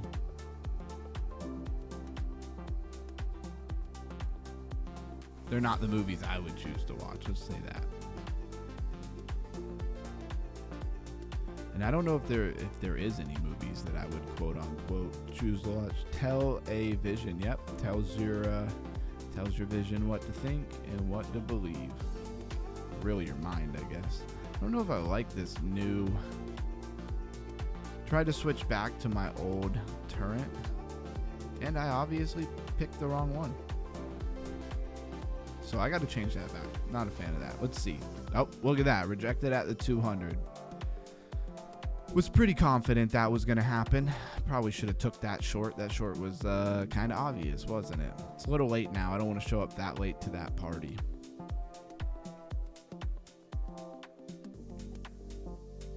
And I got my first epic NFT here. It was just a paint job, which looks stupid, and I'm probably going to change it. But, you know, I had to try it out a little bit. And shout out to everybody who sent in a super chat. I really appreciate you. We got 4 out of 5 so far. That's pretty good. That is pretty good.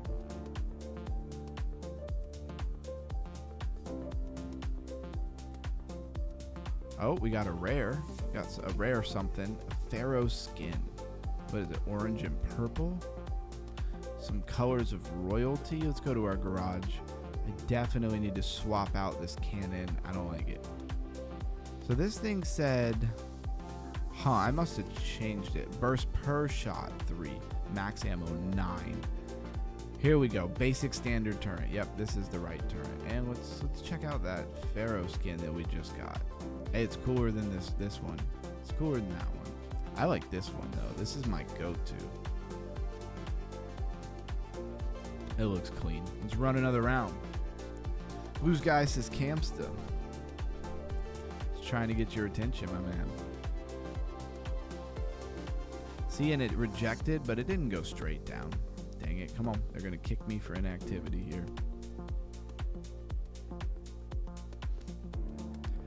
And we've been doing a lot more trading than actually playing games here. It's nice to not be in a stressful trade tonight. Got a job I gotta do for the handyman business tomorrow.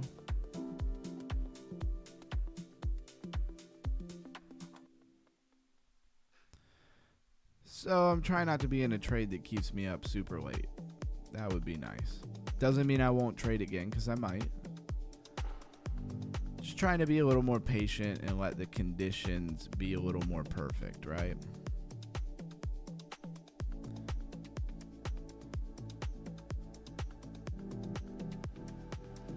Sometimes when you're trading too much, you feel like you always have to be in a trade.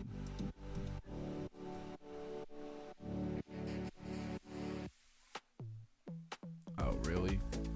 With the lag, sometimes I can't ever tell if I got the special weapon or if they got the special weapon.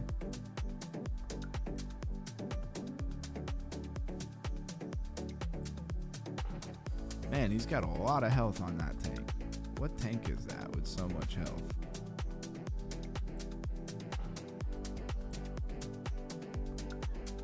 Got him, finally. 6-0. We're going to run a perfect game here. Got a couple hits on him.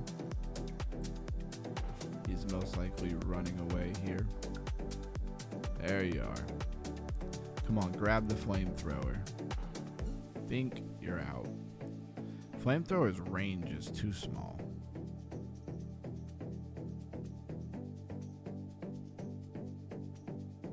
Alright, somebody got him.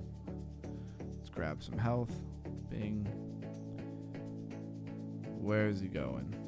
Yeah, grab the flamethrower so you have like no range at all. And they can just pick you off from a distance. 8-1. Not a perfect game. You doing good in trading? Question mark. I think he's asking Cam. Handy underground. Yep. Should have called it, I don't know what, underground handyman service. It probably wouldn't sound that great. All right, still getting rejected. Looks like you're probably going to come down to that 21 and bounce if you're bullish. And again, the long is probably the better move here, but I just don't feel like getting chewed up or being stuck down in a trade for a bunch of time or anything like that. I'm just not interested in it. But for some of this liquidity to kind of sort itself out, once you crash through, it's got to kind of make some new levels. Looks like there was a little liquidity built there and they already grabbed it.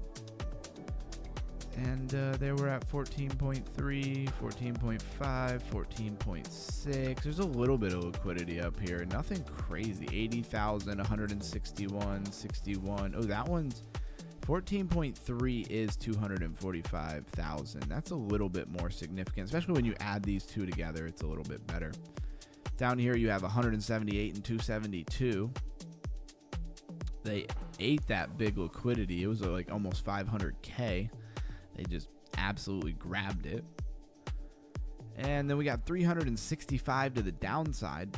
I wish we would have sweeped this stuff at the bottom, because then I would have been way more confident in a pump, because there would have been like no liquidity at the bottom.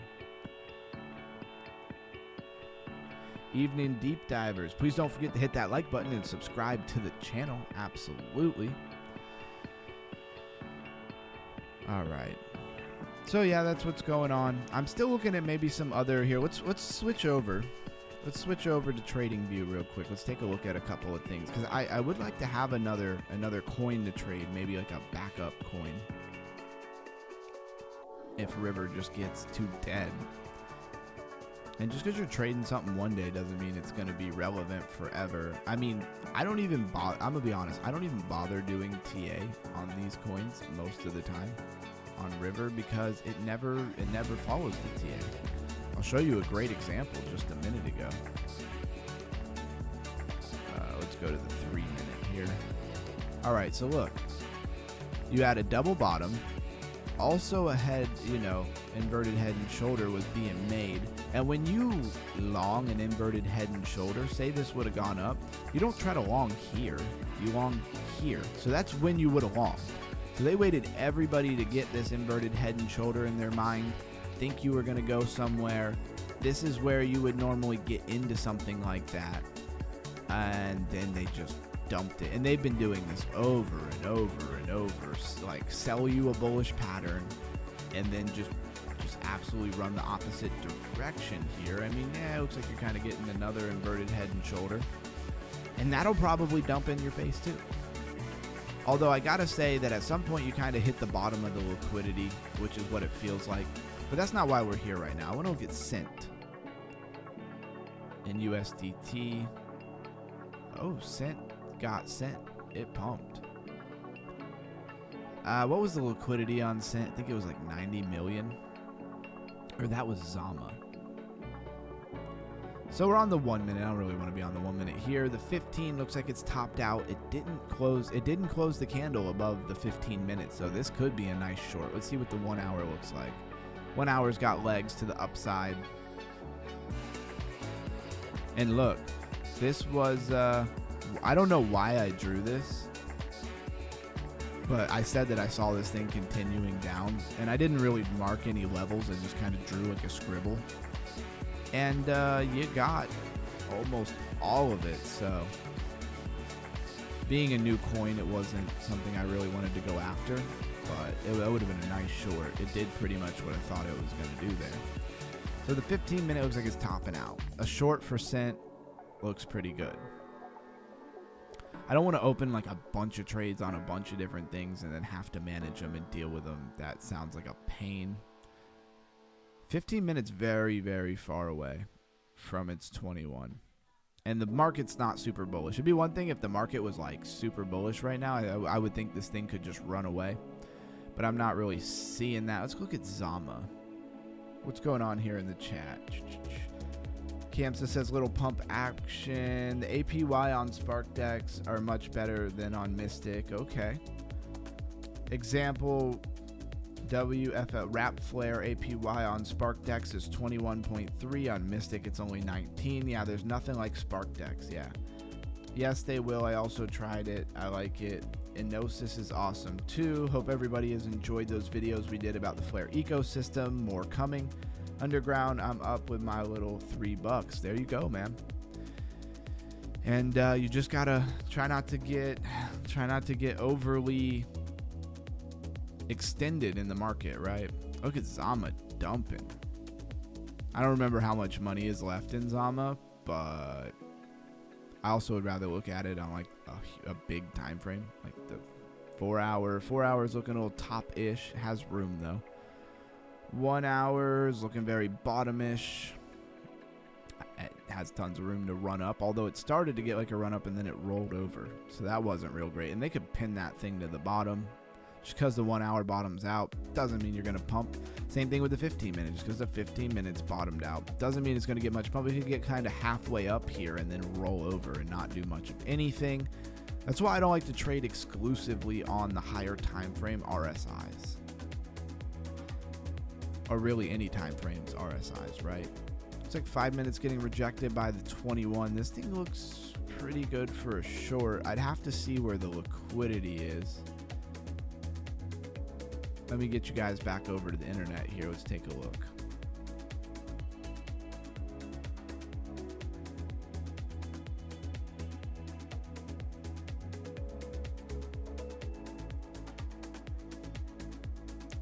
All right, let's go. Okay. Looks like maybe the 15 minute might take over here. But I'll show you. Look at the 200. Look what it's done so many times here. Pump up, dump down. Pump up, dump down, poked above the 200 again, dump down. Here, pumped up above the 200, dump down. These pumps didn't even get above the 200. This one was a massive pump, like it was gonna do something. I guess this would have been what, last night maybe, and it dumped back down. We haven't seen something pump up above the 200. We're on the 1 minute, so we haven't seen it pump above the 200 and then carry the 200 in an upward trajectory. I think that's the word I want to use there. So we really haven't seen that very much. Now I wanted to come back over to CoinGecko. Let's go back to what's trending and let's take a look at some volume. Let's see if anything I'm looking for is even in here. No, I have to search them individually. First, let's look at Zama.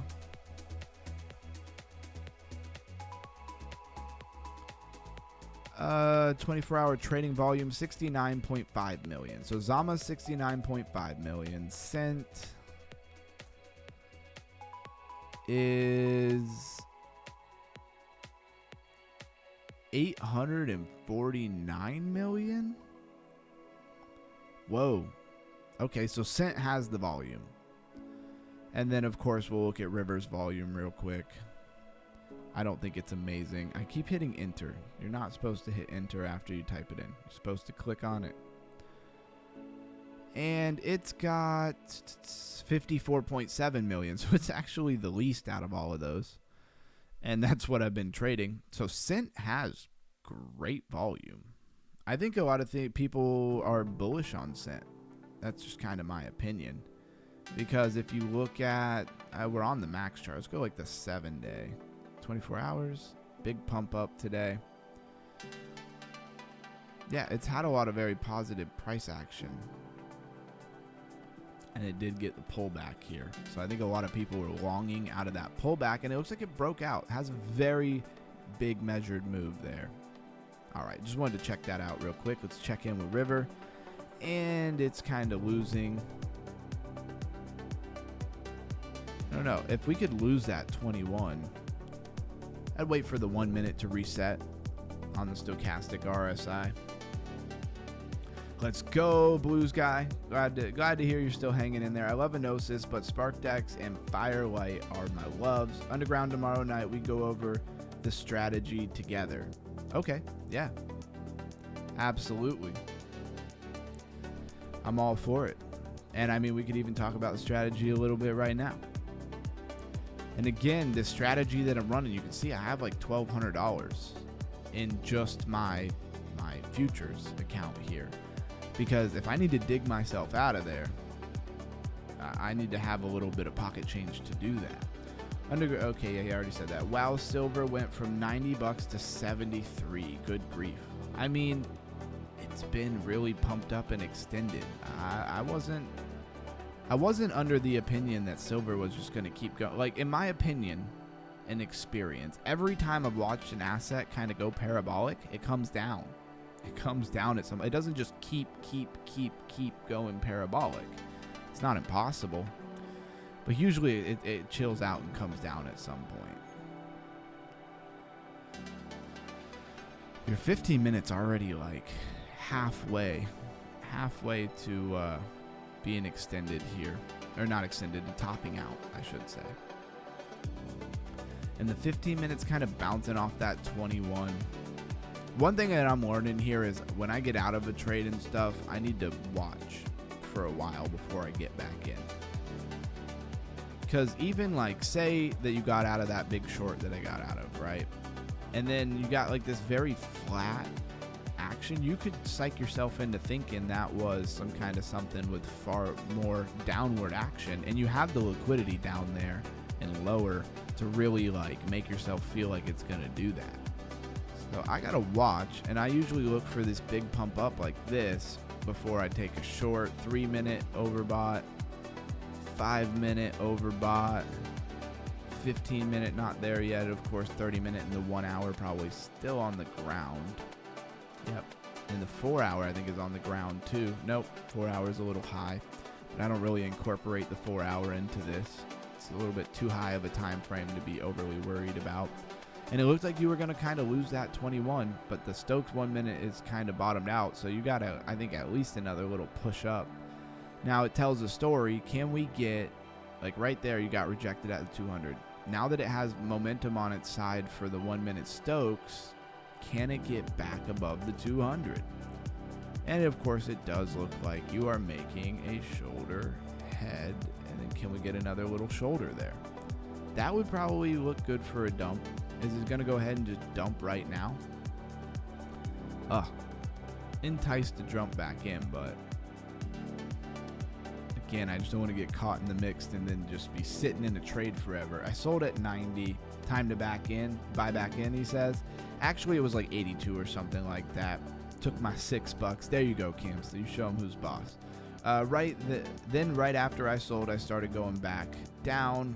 All right, bedtime for me, guys. Have a good night. Hey, we already read your crypto bedtime story, so you're ready for bed. Will I say that every day? I don't know. I might. Thanks for being here, and I will catch you on the next one, which will be tomorrow night. It will be Thursday, and then it'll be Friday, DeFi gaming, and we're just going to keep going, whether it's bear or bull market, doesn't really matter. And man, I think I'm going to know a lot about crypto, a lot more. My crypto IQ is going to go way up in the next 6 months than it was the 6 months previous. And that's the compounding effect of the show. Man, that looks like a nice short. How we doing on liquidity here?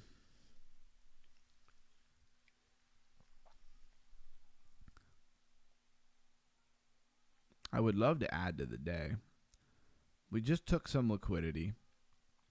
It's kind of a bigger gap before you get to not a crazy amount of liquidity. You have just as much, if not more, liquidity. Nah, you have more liquidity below you, directly below you, but it's a bigger gap. It's a closer gap to this liquidity up here. doesn't mean anything. The trend is down. You know, what we just did there was a higher high than this, but it was a lower low than this. So you take your guess on what that means. Yep, this short looks nice. And it looks like the 3 and the 5 are wanting to reset here. I probably shouldn't, but I'm going to take a little nibble here. Ah, man, I hate when I do this. Cancel, not the limit order. We want the market order. Maybe that just saved me. I don't know. Let's take 4% in a short here. Can I get a pull back up? I'd love to see that 1 minute stochastic reset first before I entered here. Yeah, even it's rolled over at the bottom. All right, I'm hopping in the short. Go to positions. We need to add to margin immediately. See how like I put $40 in or 47? Immediately add 200 to my margin. Like I'm not playing around. Liquidation 17.4. And of course the 1 minute Stoke's probably going to reset on me. I'd like to have more like $100 in the trade or $80 in the trade. So I left my other $40 to potentially add when the stochastic here resets. Do feel like you have a couple of things against you, which are the 1 hour is bottomed out, and the 15 minute still has legs to the upside. So that kind of is what it is. But it looks like, I mean, you could kind of maybe count this as a little shoulder. Is that a little shoulder? Looks like it when I draw it.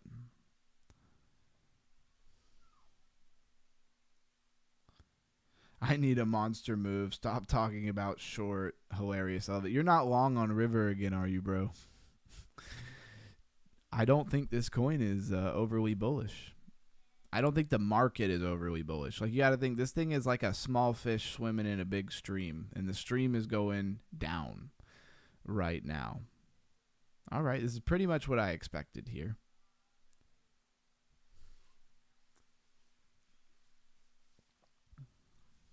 And we do have, let's see, let's refresh this. We do have liquidity above us. Be a great place to enter into a short here. 14.6, 14.59, basically 14.6 is yes, I am. All right. I mean, I could see us getting a little pump up here to like 14.6, but then your liquidity is very sparse to get you up to the next level. And then there's like nothing up there, right? Like, where are you going? I mean, you have this high node of 409,000 at 17.6. Now, don't get me wrong. It could run up there. But that's a lot of movement without a whole lot of liquidity to get you there. And again, I'm using the symbol. You can go to pair. You can see specifically Binance. Okay, Binance has a little bit more liquidity. They inched into it there. They took some of it for sure. Or they closed. They got really close and they came down and they closed their positions. But this is very small. 60K, 73K. Also, they don't have it to the bottom. The one that I've noticed has the most liquidity is BitGet. And this is where I am a little bit lost on who I should believe and what I should be looking at. I kind of usually use the symbol thing, and that has been working out pretty good for me, except for when it doesn't work out really good for me. Oh, whoa, that was 90K. I thought it was 900K. I was like, whoa. Again, you have a lot bigger liquidity to the downside, but I could see it leaving that and just running because there's just a lot of room there. Makes me not really want to be in this short right now. But it's doing what I wanted it to do here. It sure is. The 1 minute hasn't really reset. Let's go look at the 3 and the 5, which seems like they've kind of taken over here. The 3 is about halfway. 3 is hanging out on the 21. 5 is hanging out on the 21. I want to see that 3 minute start to lose that 21. It touched it and it bounced. I don't love to see that. Although it usually comes down, bounces before it eventually continues. That's pretty typical. Let's go to the 1 minute. And in case anybody was confused, I am not telling you what to do with your money at all. not even slightly. Do I close this thing? That 1 minute Stoke is going to reset at some point. Right now, you're under the 200 and you're under the 21. In order to get very bullish here, you have to get above the 200 and do something. And just like I said, when this thing poked its head above the 200 here, it keeps doing that. This was even much bigger and trending up and eventually just fell down. I just don't see the super bullish momentum in the market right now. 10:30 p.m. on a Wednesday, New York time. I just don't see all this like momentum to carry us up.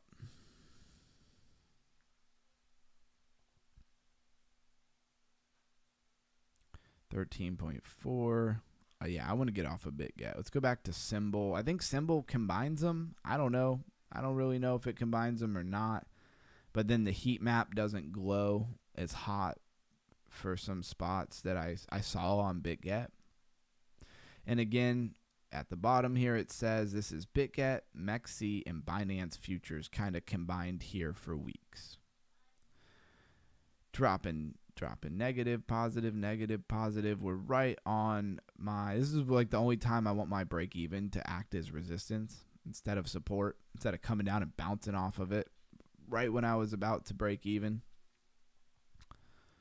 And it's wicking up, but it just doesn't look like it's holding it very much. So that 1 minute Stoke is going to reset at some point. Maybe back to the 21. Could see that. And again, I left myself room to add. My liquidation is 17.4.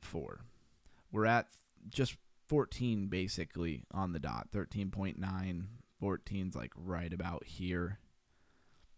And we're just kind of chilling to see if we get some follow through. The liquidity says we've got liquidity, but it's down at 13.4 would be your first stop, which is a distance. Like that's a heck of a move to move without liquidity to move you there, which could also mean that it moves down relatively quickly.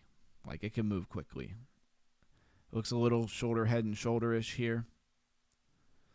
Patterns haven't really done a lot for me on this coin. I don't really trade a lot of patterns because they just keep not playing out. I don't think that the price action on this coin is very healthy, to be honest with you. And what we can do here is go into the back end on River. Again, I'm only here for a moment, so I'm not going to port you over.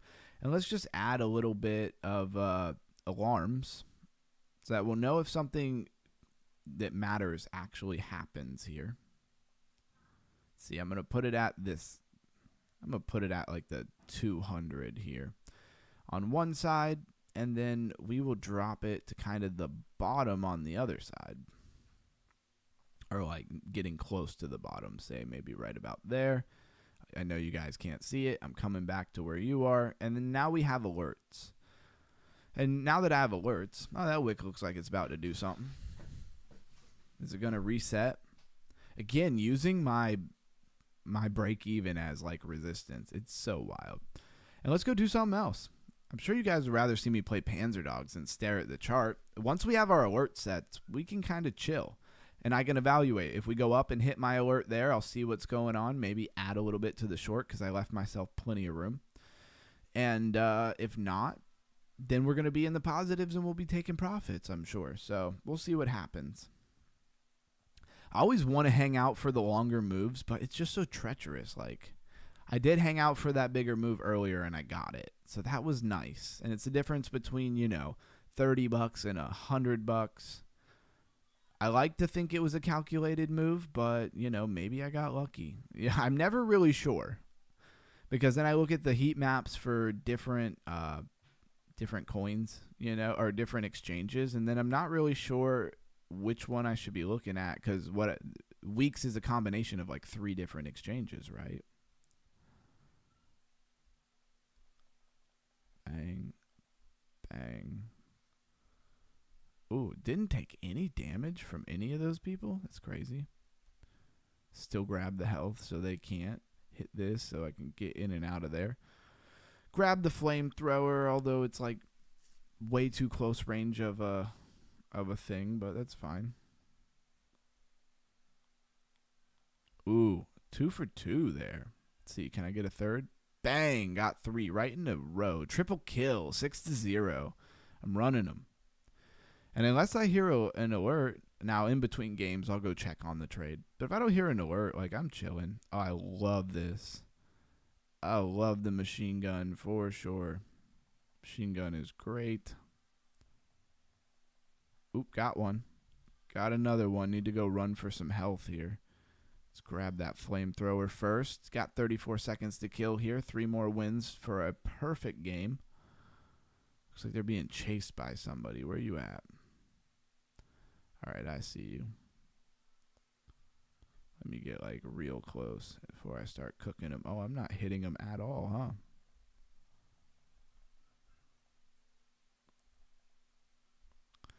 Got my health back up. I'm shooting blindly out here. Got a hit in. One of my teammates acted as a shield for me. Nice. 10-2. Not a perfect game, but it is what it is.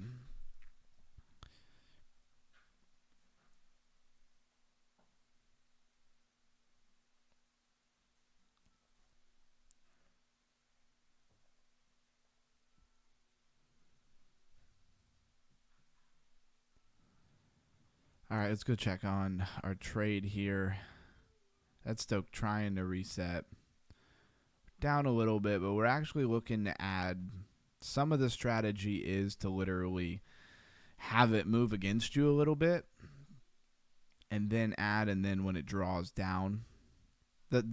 So far what I've found is the biggest crutch to my whole strategy is when price dramatically moves. Like it moves. Well, it'd be different for BTC than this coin, but like say you're at $14, like if we go to $17 right now, that'll hurt. That'll definitely be really crappy. Is the 15-minute taking over? When this thing pumps, though, it pumps. We still have a trend line here. It's not quite perfect. That's better. 5-minute getting back above the 21 has room to run to the 200 here. Let's see, the 15-minute has plenty of room. Actually, the 15 minutes are already more than halfway up, and it didn't do much. It's still got a lower low. And you think about the trend. The trend is your friend. Lower high, lower high, lower high. It would need to make a higher high on a higher time frame, not on the 1 minute necessarily, although it would be a higher high on the 1 minute as well. 3 minute. 3 minutes hanging out above its 21, not quite losing it. Let's go check back in with the 1 minute here to the 21, but just not getting the follow through. And the 1 minute looks like it's reset, and that's pretty much that. It could roll over just like it did here. It doesn't have to top out. It could just roll over right there. And we're back in the green. Up $3, a whopping $3. Definitely want to see us lose this previous support here. Very zoomed in. We're on the 1 minute, but I draw a line there. It shows that support right there. There we go. Make it a little bit bigger where we can see it. Don't have a ton of money in the trade, so even with that nice move, like it was only like $2 or $3. And the 1 minute Stokes is kind of rolling over. If I was watching, I probably would have added to the trade right there. And we could do a little bit of moon math here. This bottom wick, which is 13.4, our liquidity says 13.43. So let's just say 13.4. If we put our take profit as 13.4, make about $67. Oh, yeah, that would be $40 versus 14 would be 67. So that'd be $40. I could have $40 a day. I'd be pretty happy. That'd be 100% gain on this trade. And that 21 is kind of rolling over on you on the 1 minute. Keep that in mind. And yes, I'm still fasted. Well, take that back. I did end up eating something yesterday. like at the very end of the night. Mostly because I was mad about losing money in the trade. And mad, I just mean like I was just disappointed. I don't really get all that angry about it, but I was disappointed that I let myself get in over my head on that trade. And then I was like, let me eat something, not just be hollow. But I'm still fasting, back at it. I haven't eaten anything today. And who knows? Probably going to do that for a while. I'm not too concerned with like getting like this big 40-day fast or anything like that. I like fasting for a couple of days, eating a meal. Fast for a couple of days, eat a meal. How's that long going, Blues guy? Not trying to talk smack. I just mean like, I don't know where'd you get in? What's your entry is I guess what I'm really trying to say here. Night, guys. I have to get some sleep myself. See you guys tomorrow. Thank you for being here, Melissa. Let's update our liquidity here. Turn this heater back on. It's not super cold here, but it's cold enough. And let's dial us in here. Well, with that little bit of drawdown, it's pretty much the same distance. There's more liquidity to the bottom. You have 272 and 178. So think of that as almost one spot. And above us we have 161 and 122. So more to the bottom. And then of course right after that we have 365. You don't really have all that extra. Now, sometimes it loves to leave a tiny bit of liquidity at the bottom before it runs. It does love to do that. All right. Am I going to get to add to this? Let's see. A little 4% would be what? It'd be just a little less than $40. That's perfect. So it rather goes up and I'm going to add a little bit, or it comes down and I'm in the profit. And I don't want to add too early here. There we go.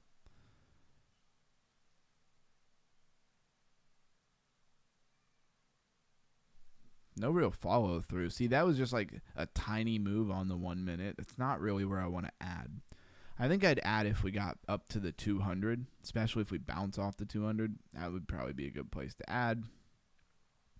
And look at this measured move on that inverted head and shoulder. Again, I'll be the first to admit that, or not inverted, sorry, just normal head and shoulder. I'm the first one to admit that a lot of times these moves haven't been playing out. But I guess the more bearish ones have been. That was like a perfect, pretty much perfect move. You could put that a little lower. It's almost a perfect move on that shoulder, head and shoulder there. Losing the 21 again. Now your 1 minute stochastic is a little bit overbought. Really wanted to add to it. 3 minutes, not quite bottomed out. 5 minute, still hugging that 21. I don't love that. Lose that 21 on the 5 minute would be a good look.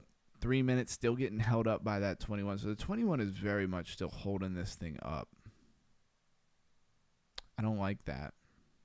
I need him to lose those 21s. And it looks like maybe where this support line is here is kind of where that is at. And it looks like we're consolidating right here to give the market maker algorithm a moment to decide where the heck it's going to go.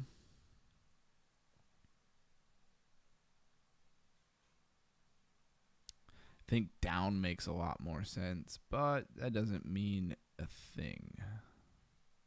And you're just in this really tight range for the last couple of minutes.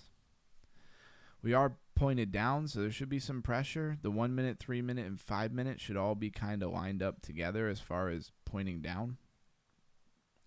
15, I think, is still, 15's rounding over. Let's look when this 15's going to close. Yeah, 15 has 2 minutes on it. and you still have some bearish divergence.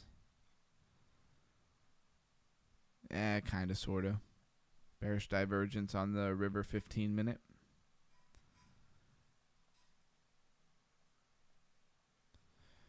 All right. Back to the one. Oh, you broke it. When I see you break a trend line, a support and resistance with a wick, kind of tells me there's a willingness to go.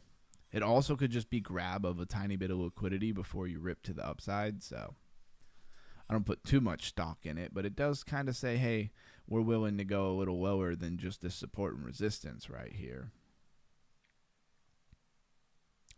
And to the victors go the spoils, right? We still have our alert set, so we don't have to sit here and stare at it. Shout out to the 10 people who are still with me. Thanks for being here. Oh, my neck gets so stiff, kind of like hunched over for this microphone. We need to pull this microphone a little closer. That's better, much better.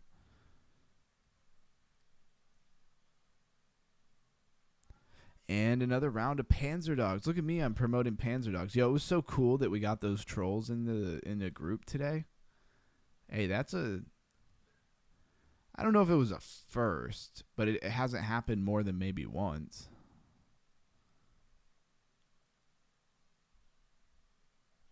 So I like that. Shout out to the trolls, making me feel like I am making it here in YouTube. If you don't have haters, you're not trying hard enough, that's for sure.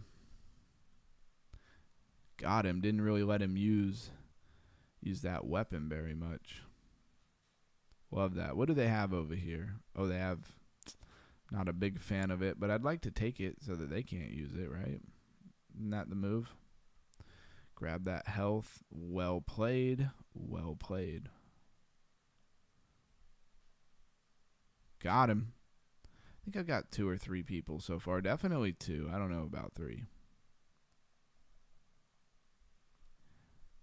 Oof. He's probably running for our secret weapon here. Cooked him. He's cooked. Bink. He's cooked. Definitely racking up the kills here. When the internet's not lagging, it's not so dang hard. Or it could be their servers even. Doesn't necessarily have to be my internet.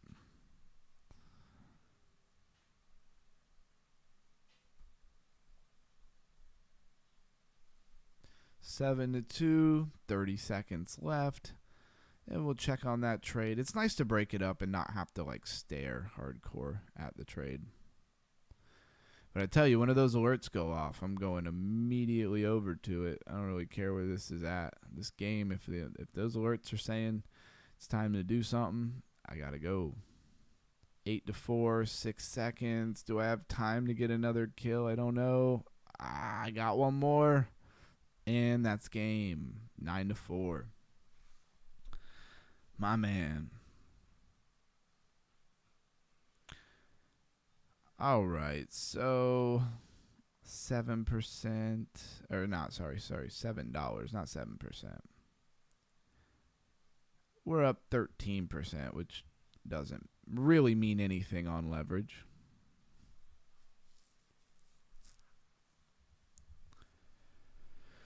And I've been trading at 20x leverage. Like, I haven't changed it. So you did break under that resistance. Looks like the 1 minute Stokes is trying to reset on me. Could kind of play the in and out, but I do so much deliberation getting in and out of a trade, like to reset and get into like the next trade, that I don't even know if it's really worth it. I probably make more money letting it cook a little bit, but it's a little more stressful for sure. And I never did add to the trade. So let's see if it gives me an opportunity to add here. Getting a little bit of pump. Got 9 seconds left on this candle. Not getting above the 21. I tell you, when this thing is down, that 21 holds this thing underwater, and it doesn't let it up. And if it pops above like it's doing right this second, it's not usually for very long. How long have we been live here? Let's check it out. We've been live 2 hours and 20 minutes. I don't know how we've been doing like these 4-hour streams and stuff. Just like looking, all of a sudden it's been 4 hours. If I get caught in a trade going the wrong way and I'm just sitting here mitigating and doing this, that, and the other, then I could see it. Then I could see how we could be here another 2 hours. Or at least I could be here another 2 hours. I don't know about everybody. Come on to the downside. All right, I'm not sitting here and staring at this thing. Let's look at chainers. Nice. Collect my stuff, cash in for the tiniest amount of BNB, but it's all free. I upgraded one of my little plots here. That was cool. Oh, and I want to, there's something else I wanted to upgrade. Let's go. Oh, that's the wrong thing. No, that's not what I wanted. Not what I wanted. Let's go to the workshop. Let's go to our plants here. We can upgrade our watermelon. So you get more bio points and it increases the rarity. Okay. Let's merge. I don't know what it costs me. Oh, so it doesn't cost me any CFB. It does when you try to upgrade your plots. It actually does cost CFB. Okay, so now I have a rare watermelon, or uncommon, sorry. I have a green one. It's more rare than it was. That's cool. I'll take that, and we'll put our rare watermelon in our upgraded plot here, and we'll call that a day. Put a 13-hour one, and what's this one? 4 hours. Let's do that. And let's go sell what we got. Our harvest over here. Let's see what we got cooking. Oof, it doesn't look like very much B&B, though. We get better rewards on CFB? Not really. What about poll? I don't even know what poll's at right this moment. Yeah, we might as well just keep adding to our bag here. All right, done. It's updated on the blockchain. And I've gotten to 0.006, 0.306 BNB. I have no idea how much that's worth. Looks like we're getting the follow through move down. Still think there'll probably be a moment where this thing pumps up where I can add. But if I get down to liquidity and I make another $40, like I'm okay with that. I like to go a little bit lighter. After I made a nice gain, $100 is good. I like that. And what was it exactly? Let's go to the order history here. Sorry, position history. Not showing me what I want here. Let's move over. No. Close price, entry price, amount. No, this is not what I normally look at. Order details maybe. Okay, realize P&L. Here you are. Probably because I had this in a bunch of batches. This is not what I normally look at. I swear every time I look at this, it's like different. It's very annoying. So it's just transaction history. Oh, these are all fee discounts that you get. I'm like, what am I even looking at here? I think it's order details. Let's go look at more. Take me over here. Fees, realize P&L. That's what we want. Every time you add, it does that. Why is it? I didn't add to my short that many times. This is weird. Why is it like all in like little tiny batches? Are those the orders that it filled? Like I had to fill it in a bunch of orders?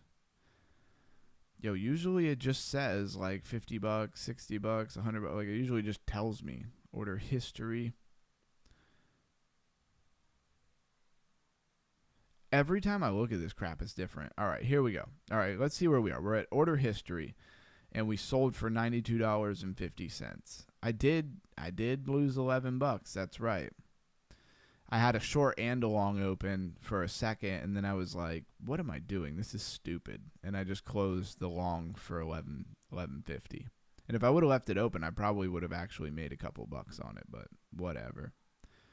And we'll download this. We'll put that in the wins channel. There it goes. Finally downloaded. Very slow. Let me go to the Discord and add that to our wins channel there. That was live on the stream. That we made 92 bucks. Not too bad. Still up about 1,600 bucks overall. And where are we going? Downloads.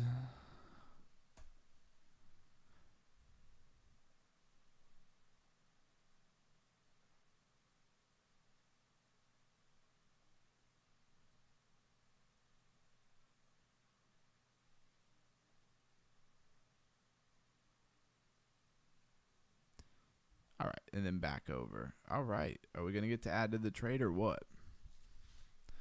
1 minute Stokes trying to reset. Let's reset this thing. We got market. Guess we did go out of it and come back to it, and that would add us, yeah, $38. Dang it.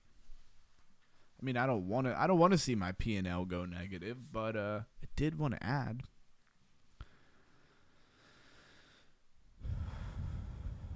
Looks like it's going back up. A little bit of volume pulsed in there. Bring this volume up a little bit. That was a big volume. That was about the same size there, a little less, not much. Come on. Chris Goss in the house. What's up, man? Thanks for being here. Because we awesome, bro. That's how we can. There you go. I like that answer. It's a good answer.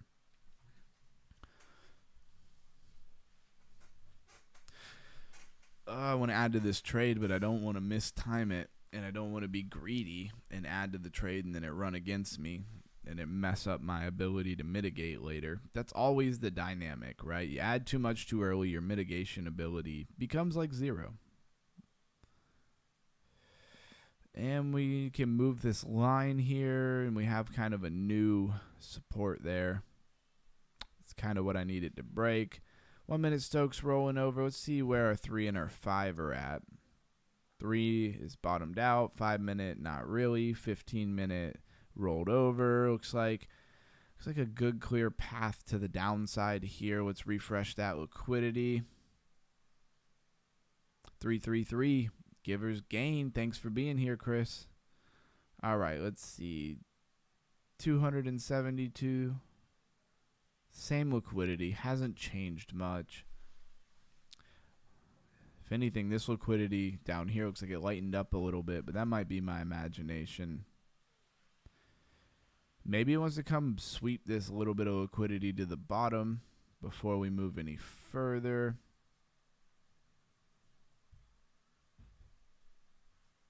Still feeling pretty, all right. I'm going to add to the short here. Probably going to wish that I didn't, but that's okay. All right, so now I'm in for about 85 bucks. I got $200 in margin. My liquidation is $16. I'd like to add another 100 to that. Another 100 to the margin. It didn't get us far. Got us like 16.8, so a little closer to 17. I don't want no wick doing anything crazy here. And what was our target? Target was 13.4. Now maybe I could be up more like 70 or 80 bucks if we get there. Not likely that we get like a straight down here. So 13.4 would break this bottom wick. Here, we'll just move our line. Move the line. That's our bottom wick there. Kind of started to get the move. 5 minutes still kind of got some legs to the bottom. See when the 5 minute candle is going to close in 2 minutes and 19 seconds.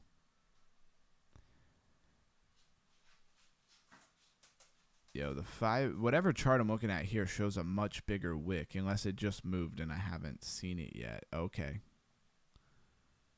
No, it's not the same. I guess if I do this, then it does look more like the chart.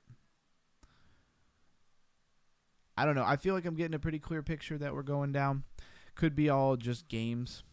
They could be just getting me psychologically all turned in one direction before they rip it in another direction. Very possible. But for us to really go on a rip here, we'd have to get above the 21. We'd have to get above the 200. My break even is basically the 21. I could see us bouncing back up, touching the 21 or something. That would not be crazy. We are on a 1 minute chart here. And now we chill. And now if we get to the levels I want, 13.4, I use my take profit stop loss to give me my numbers here. It'll be what? 13.4 would be 61 bucks. I like that. I'd love to have another $61 on the day. While we wait for the move, let's see, how long have we been live?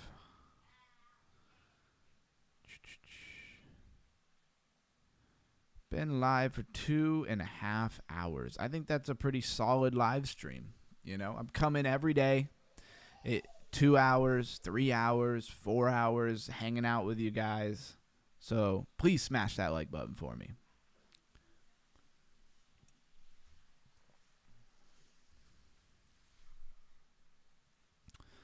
All right. We need the bigger move to make the bigger money, though. It is what it is.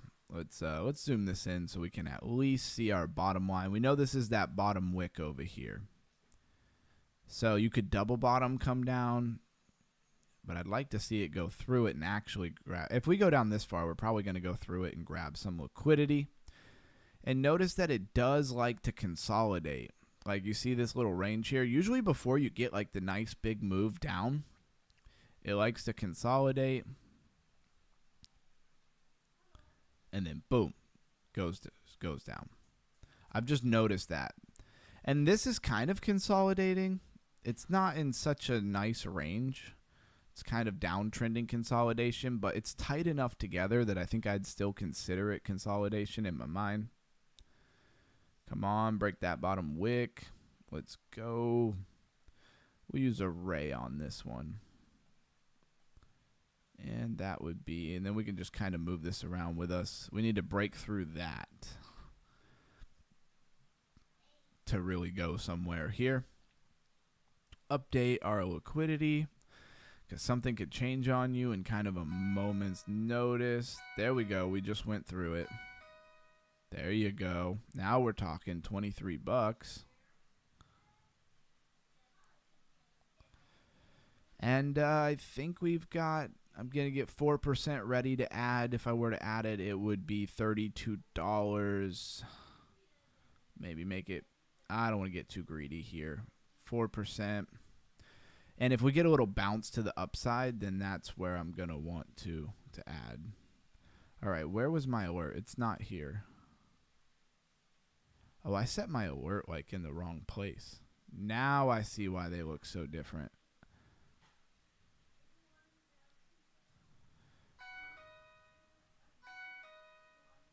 All right. Alert has been moved, so I don't have to listen to that thing constantly go. It looks like you're starting to get the move. Going to add to my short here. Move down. Let's see where we wind up. At some point, it's probably going to turn around on me a little bit. Liquidation has changed. Liquidation 16. That would be one heck of a wick to get us to 16, but just in case, let's add another 200 to margin. Added 200 to margin here. Got us to 17.2. Hopefully that gets us out of any crazy wick ranges. And it looks like we're starting to get the move. 13.4 is the bottom wick. 13.4 is where the liquidity is. And I see them, if they do, they might want to go to just 13 altogether. That's a bit of a move, though. 13 is down here. That would be a heck of a wick to get all the way through that. Let's see what we could do. Have a good one, homies. See you in the AM. Yep, see you in the live stream in the morning. Thanks for being here, Chris. Thanks for stopping by and saying what's up all the time. I appreciate you, bro. There we go, and we're starting to get the move. I hope you switch to being short, Blue Sky. I really do. We talked about it. It wasn't going long. I didn't think. I mean, it's just my opinion. I could easily be on the flip side of this for sure. I'm a little off center here. I keep messing up the center of my camera. Refresh it. I think I actually already did that. And it looks like you're hunting. I mean, you're so close to 13.4. It's hard to believe you get that drawdown and not get the follow through.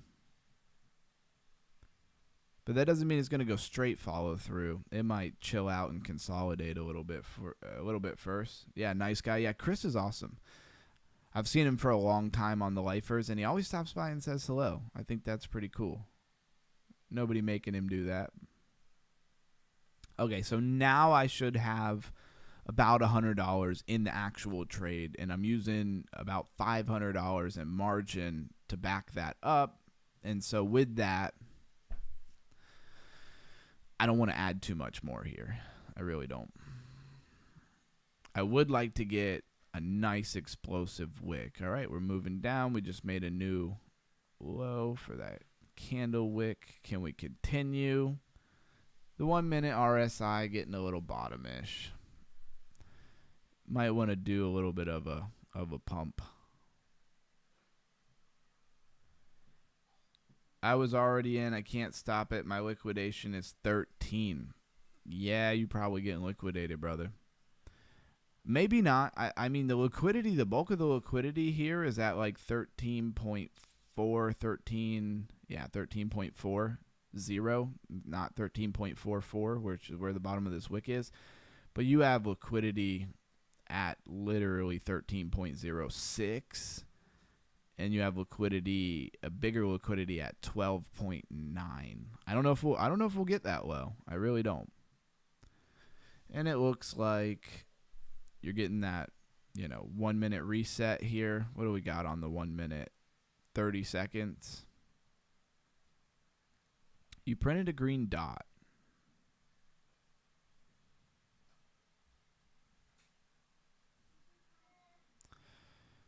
But this thing could pump just a tiny bit and then just roll over on the RSI. So who knows? Let's check on our 3. Let's check on our 5. We could come back to the 21. We could come back to the break even. We could pump straight up from here. I don't know. All I know is the fact of my own ignorance. Yeah, 5 minutes not quite bottomed out, but it's trying. 15 minutes got legs to the downside for sure. You're in a downtrend. 3 minute is pretty bottomed out. Looks like it is reaching up here. Threatening to pull my P&L negative. Still up $22. Should I have sold there and got back in? I don't know. It's an infinite game. Infinite game of what if, right? It would be positive but bearish if we could go ahead and roll over here without the 1 minute Stoke even fully resetting. That would be nice. 13, that's that me, 13.06. Yep, that's where there's a bunch of liquidity that I think it's going after, but what the heck do I know? Who knows if this heat map that I'm using is even, the end all be all of liquidity for River. But getting so close right here, it's hard to believe it doesn't wick down into it. 272,000, 178,000. You combine those together, even if we don't go for the lower, like you combine those together and you might just get the move.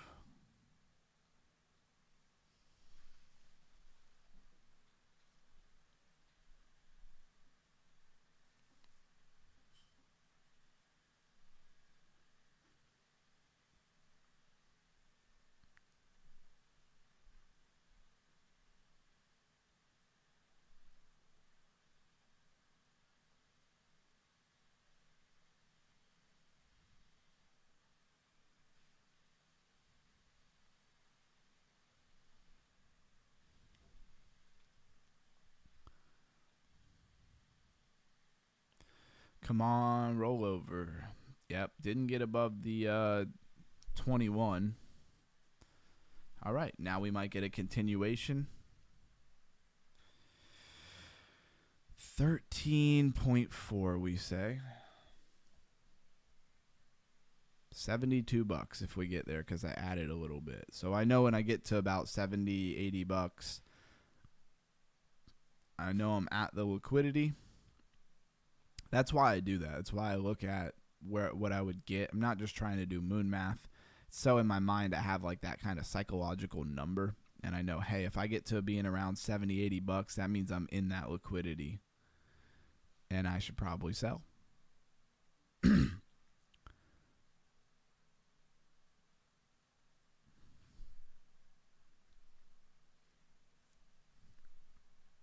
And I think I could end my day pretty happy with that. I did lose like 240 yesterday. Oh, look at that big volume come in there. What was that? Big volume just came in. Bigger than most volume that we've seen. Is that a sign of something here? I don't know. Maybe a big buy-in. Price is moving down and not up. 1 minute Stokes looks like it's resetting. The 3 minute probably is barely moved. Yeah, 3 minutes still on the ground. 5 minute still bottoming out. 15 minutes still got legs to the bottom. We'll see. Can that 21 do it for us? I don't know. I'm hanging on the edge of my chair. All right, so let me set some more alert, or let me move my alerts here to like the 200. We'll set it to the top wick here. That would be a heck of a move. Not crazy for the 1 minute, but it would be a heck of a move. That way we can kind of do something else for a second and not just stare at this chart. And if I have an alert go off, I will know something is happening. And I'll immediately, no matter where I am in this game, go check it out.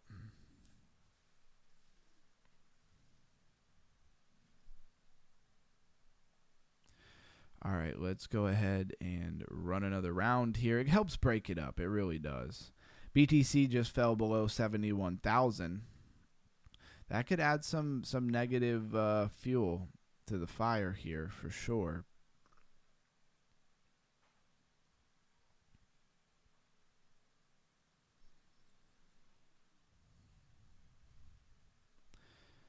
All right, let's see what the main weapon is for us to utilize here.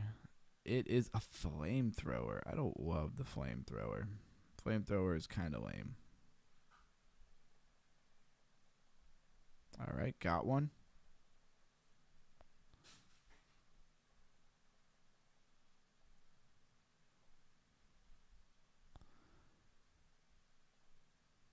Got another one.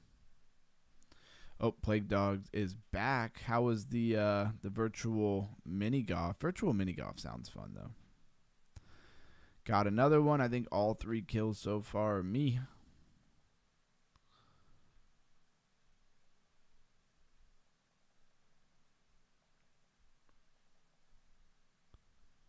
Where are we at? Why is this person frozen? Oh, wow. You saw that? Talk about a lag. We are lagging like crazy. And of course with us lagging, who knows what's happening here. Yo, why did it start lagging so crazy all of a sudden? I don't know. Maybe we'll go look at River real quick. All right, cool.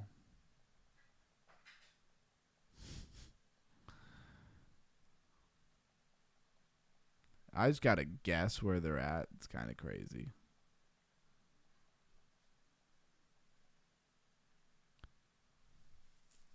All right. I guess this game is over.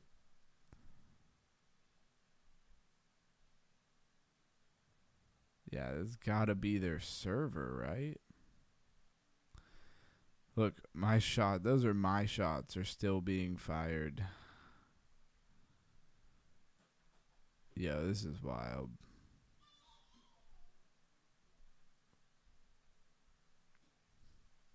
Said I lost my round. Had fun, though. Hey, that's what it's all about. This game is lagging so crazy. I hope it looks exactly... Well, I guess it would because I'm screen recording here. What do I do? Do I even bother trying? What is even the point of trying this?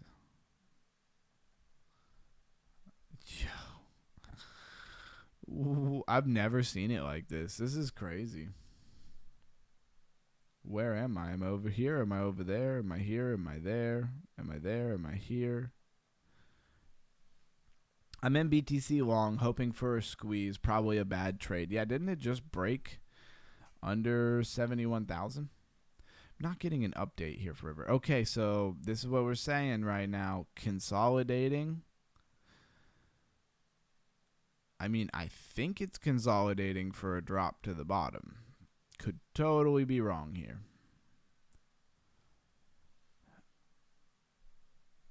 What are you trying to do to me? All that lagging on that other game, I feel like this is lagging, but it doesn't actually seem to be lagging. That was kind of that higher wick there. Come on. 1 minute RSI is ready to go to the downside. 3 minutes just getting up off the ground. 5 minutes starting to go back up. Doesn't look amazing.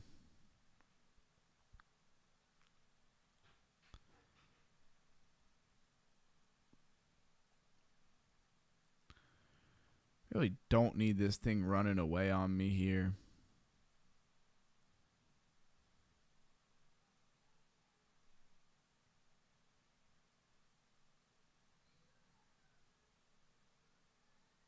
Getting that big long curve for the RSI on the 1 minute. All right, they got me negative. Maybe Blue Sky's long starting to play out here. If not, Blue Sky might be a good time to get out of it. I know you're like only trading with like $3, so yep, there we go. Hit the 200. It psyched everybody out and it made a double bottom. Look at that. Double bottom, psych everybody out. There's some explosive candles though. I mean, this could go heavily in the opposite direction. It's 11:15, so Tokyo's been up for what? I don't know how long it's been up. Is it like mid-Tokyo market? Let's check out some liquidation. Or some, yeah, liquidation heat map. There's like, it did this to me yesterday, though. There's like no liquidity above you. Not close. This other liquidity at 13.4 is so much closer. Come on, get rejected. Get rejected by that 200. My alert's still going off. I need to move that alert. Let's move that to a higher wick there. Be more significant. And what are we doing? We're just wiping out people who are going short, who have tight stop losses, or they don't add margin, so they're way too close to the bone here. Getting above the 21 on the 3. Let's make this bigger. Yeah. 5 minute probably has a ton of room. 5 minute just starting to get up off the ground. You're right on that trend line, though. So it'd be really awesome if you got rejected from that trend line. Back to the 1 minute. Come on, 1 minute. Close without the momentum. Okay, I mean, it kind of closed without the momentum. It's like an indecision doji. Come on down. That 1 minute wants to come on down. Said, I didn't see you on Sam's channel, Plague Dogs. Are you just talking about this morning? I compounded it. What does that mean, Blues Guy? You compounded the $3 into more? Into $6? And this is how we wind up on the stream for another 2 hours. 2 hours and 49 minutes as of right this second we've been live. Come on, roll over. Please don't send me on a wild goose chase here. That would be very annoying. And you're always like, should have took the $40 when I had the $40, huh?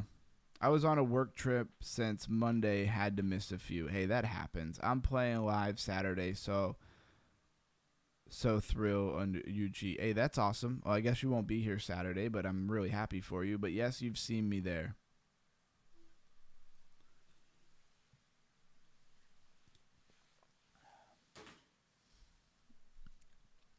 Come on, that looks like a good rejection. Looks like a solid 4 candles that couldn't get above the 200s. Send her down.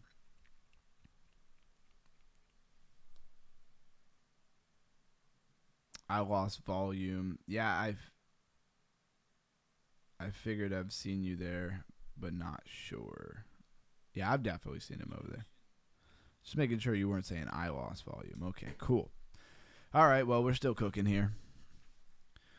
We're not too terribly away.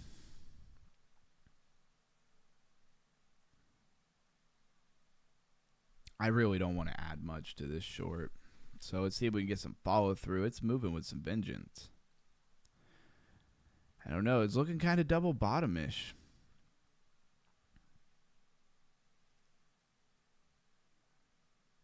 Okay, rebooted it. Or rebooted it. It's back up. Oh, okay, lost volume. Okay, got you. Who knows what happened? I could not touch anything and the volume mic just quit working. It's happened to me plenty of times. Microphones, cameras freeze. That's the joys of being live and not having a, super expensive studio. I mean, this microphone's like $400, but that's not that expensive.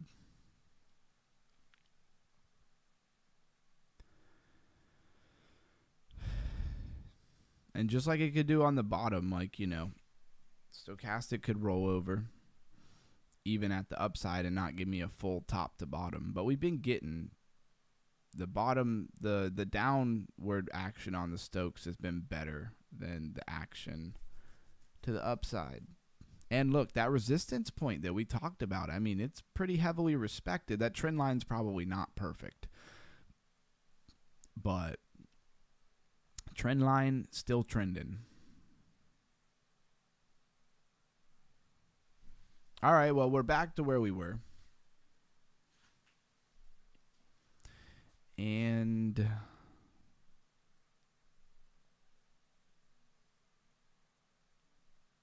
let's play another round of Panzer Dogs. I think this is a good way to break it up, just so we're not just staring at the chart. It gets old. Like, it wants to bounce off the 21's not what I want to see there. Oh, let's open another box. I got an epic and then a rare. So I'd probably overdue for like a bronze NFT. Says BTC double bottom maybe. Yep, there it is. Bronze NFT. That win streak was over. No, it's still looking like it wants to keep going down. I want to see it lose the 21 again. Like, I want to get on the other side of the 21 on the 1 minute. That would be pretty crucial here. 17.9. Looks like it's about to do it. And we got our alert set. ETH down to $2,078.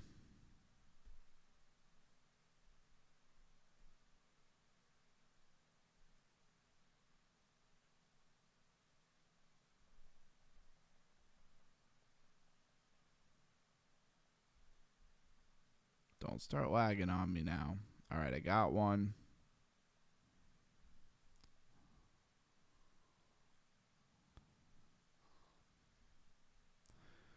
Got another one, although it was a waste using that big rocket to take out 5 health. Might have been overkill a little bit there. Man, I'm not looking forward to having to do this job tomorrow. It's not even anything crazy. Should rather make crypto content, hang out with my people, work on something else. But it is what it is. I guess I'll do it. We got so close. So close. And no, I'm not asking anybody to send in a super chat, but got so close to our super chat goal today.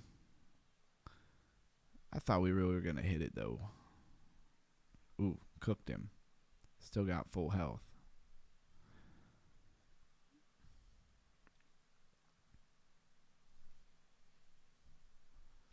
All right, we got our rocket. Let's see what we can do here. Bang, hit that guy.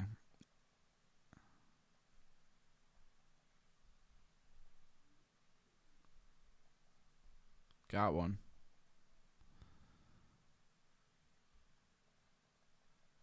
Got that one.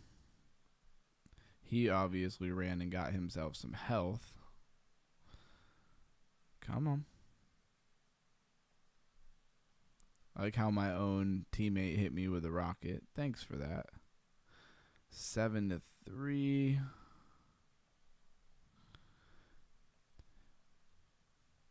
And if you look at the top of the Weex tab, it kind of gives you, oh, we lost. Or, I mean, we got it, but we're out of time. It kind of gives me the price, but it needs to update. All right, so we did get the fall through the 21. Now we need the 21 to pretty much hold you underwater. You got your pop back up and the grab for liquidity over in this region. All your liquidity over here in this region here. Well, you grabbed it. You did. Nah, you didn't really make a higher high. You made a higher high than this one, but not over here. Just one teeny tiny higher high. And it usually plays crazy, silly games like this before we can just go down and grab the liquidity. Pretty common. Not crazy in my book. I would love to show a win here. I don't know, and it could take this thing, even though it sounds crazy, it could take this thing another 30, 40 an hour just to like get to the liquidity that is at this bottom wick here. As stupid as that is, it's very possible. Oops, I don't need to be on that. This looked pretty cool. I would like to try this out. I'm pretty much done on this tutorial, though. I don't want to look at this tutorial anymore. Let's hit play now. Log in. Oh, I can just log in straight with MetaMask? I like that. Let's do that.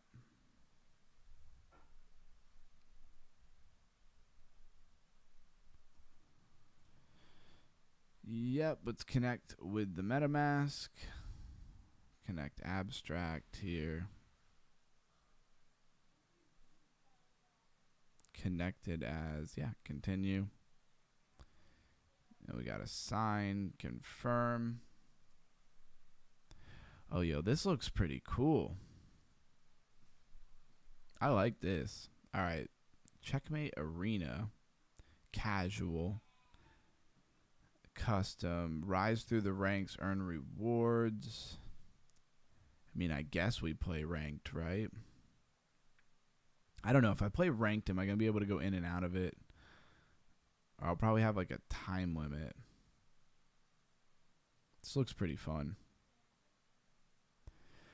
All right, starting to get this move. This move's moving pretty quickly. And usually when it goes up, grabs liquidity, and then it's actually headed somewhere else, it actually goes pretty quickly somewhere else. We're almost there. We're back in business. We're up 40 bucks. Is it going to double bottom again? I want to see it break this green line. If you break that green line, you're probably going. And do it with some strength. So if it does it with a bunch of momentum, then we'll probably get a much better sell here. I love that ginormous wick you normally get at the end of something, you know? Just get like a really big flash wick. Oh, yo, this thing's going. Sorry, Blues guy. Oh, it's kind of ended, but it showed me that it wants to go lower. When you wick through that support like that kind of shows me I want to go lower. When it holds it and bounces, it doesn't go through it, then it says, "Hey, I want to respect this support level." Although it's just this other wick, and this yellow line is just this other wick. So call them supports if you want. We're dialed in on the 1 minute. I don't know if you really want to call it a support. We were almost headed there. Now it's probably going to want to let the 1 minute stoke kind of reset. It's annoying.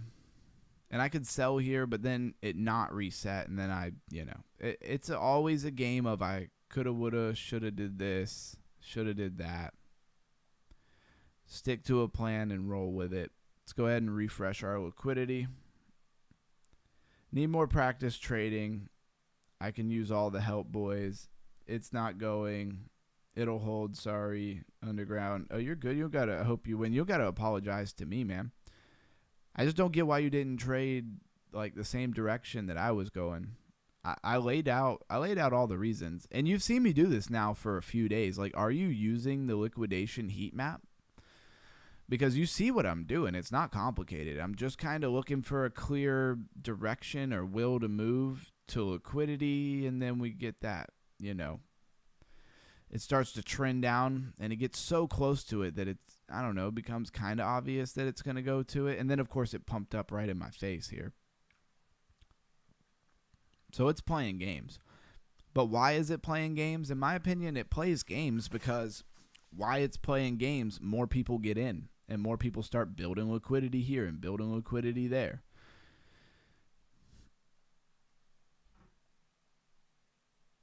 And that 1 minute Stokes really wants to reset. Let's look at the 3. 3 still coming down. 5 minutes curving over, coming down. 15 minutes still coming down. That looks pretty good. What you want to see is this Stokes rather roll over or reset without really getting a whole lot of upward action. That would look pretty good. You didn't really get close to the 21 yet. You might. Said, I know, I see, I learned, I did, I won, then, and I did not pay attention. Yeah. I mean, every day is learning how, I don't know how long you've been trading.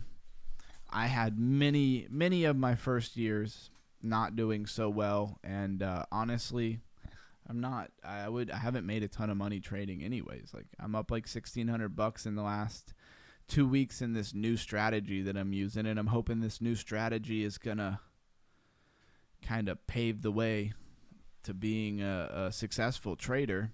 But that has to happen over time. Like, I got to be successful at pulling money out of the market for, months, 6 months, a year, before I would be like, okay, I kind of got this, and I'm like a successful trader now. So, and again, like, you don't want to be impulsive, and you don't want to tell yourself narratives too. Like, you don't want to tell yourself like it's gonna pump, because then you're gonna want to enter into a long, and then now you get stuck losing a bunch of money because you thought it was gonna pump when maybe it wasn't gonna pump. Looks like maybe we'll get something like what we had over here, where it kind of rolled over to give us the final move.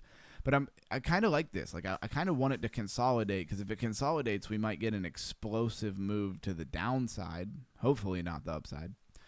And then that'll equal a lot more money. Versus if we just come down and wick through this liquidity, it might not be that strong. I'll make what I make, but it won't be a whole bunch of extra. I like the extra money. That's nice. 13.40. But your next liquidity is not till 13.14, so you kind of have this big 13.14. Oof, it's a huge gap to get down there. So I'm probably going to sell right when we wick through this line, because I'm not overly confident that we're going to go down and get that liquidity. That's another way you can kind of screw yourself over, is I tell myself it's going to go to this green line down here. We break through this liquidity, don't get through the gap and start going up, and then like I never sold, and then I could have had, a bigger amount of money than what I actually wind up getting. Would like to see this consolidate I'd like to see it go down and just pay me, to be honest with you. But if we consolidate, then I might have good luck on like a nice wick. And that nice wick might be the difference between $70 and $100. Gotcha. Hey, it's all learning, man. I'm not going to sit here like I'm some kind of phenomenal trader who's made all kinds of money trading. Like, it's not true. I've lost way more money trading than I've ever made trading. This is the first time I've really found, and they always say you're going to find your own way, right? Like, you're kind of going to find your own way to trade. I kind of feel like this is my own way to trade. Nobody showed me this, but a lot, Master Friend, Lifer, of course. Everybody showed me elements, pieces of what I'm using here, but I kind of put this together, and I don't think I'm doing anything crazy, but I kind of put this together in my own way here.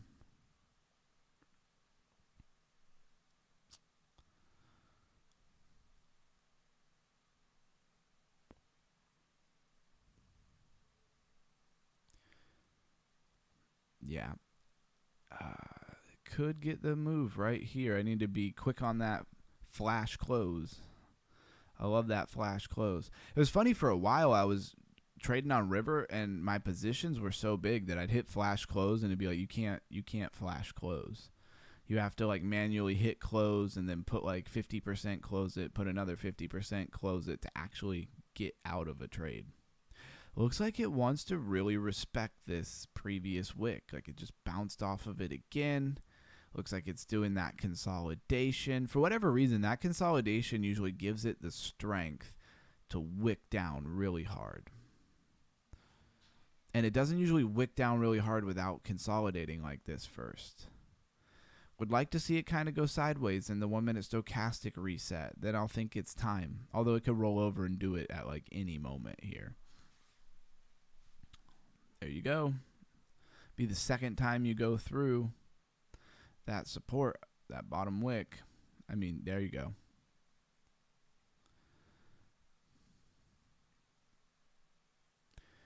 Is it going to be explosive? I don't know. All right, we're doing it. Come on, explosive. There it is. All right. It's being pretty temperament. Is there more? Is there going to be more? That's $70. Do I want to be the guy who didn't get the $70? I don't think so. See, it's already back to like 64. Push down. Do it. Do it. Push down. Yeah, I might have just played myself not selling right there. We'll see. Turn white. Come on. Wick down. We got it. Let's get that follow through. I want to go look at the liquidation map, but now is not the time to do that.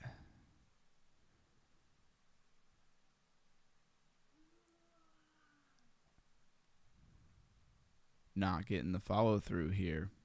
Really respecting that bottom wick. 70 would have been nicer than 58. All right. I'm playing with my trade here. But let's go look.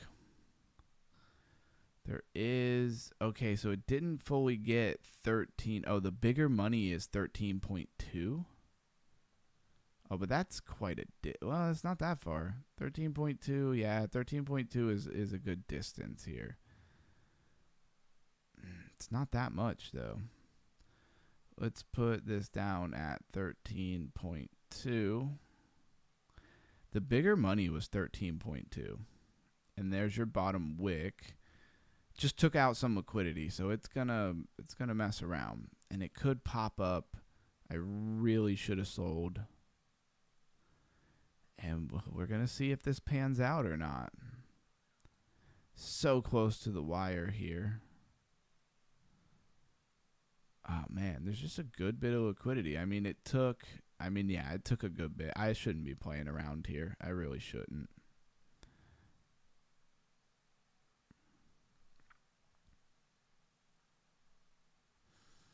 Can we keep downtrending? I already lost like $20 on my gains. So that makes me just want to see if we can get a little more and continue down. 2-3 blue candles and you usually get the move back down. And again, look, we're trending down while the stochastic is kind of resetting. So not seeing a lot of volume. Volume's kind of falling down. Not seeing a lot of volume. We could get it.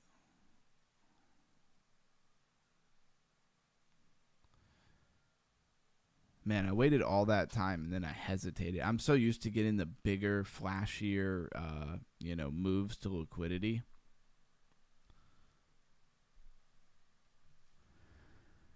That I thought there was going to be another leg there. And there wasn't. So this yellow line here is the next step in liquidity. There's zero guarantee that we're going to get it. It's probably going to play games before we ever actually go there. And let's see, 13.2, there's 234,000. Like, there's hope. Yeah, there's 234,000 at 13.8 though. 13.8, man, 13.8 is all the way back up there at where I got in. At my break even, I should say. Is it ready to run there? I don't know. Man, I played myself. I should have flash closed. And that's the thing. It gets to move and you hesitate for a minute. It's a good lesson. Like, when it gets to move and you hesitate and you don't pay the trader, take significantly less money. And I've been watching this for like an hour, at least an hour and a half live. Why did I do that to myself? I don't know. Now I'm kind of locked into seeing if we get a push down. Definitely want to lose, or definitely want to, no, I don't want to lose. I definitely want to bounce off that 21 and get rejected there. Head lower. But we need some strength to do that. I'm not seeing a lot of volume in that red candle either. White candle, red candle. It's red on the volume, right? I probably could change that. Can I change that? Style. Yeah, I can change that. I'm not going to mess with it right now. But I want to change that to match the candles. I think that's a good idea. That Tria just pumped 9.1% in the last 24 hours. I mean, that's not that impressive, but all right, here we go. Here I come. Here I go with an unorthodox flow. Come on.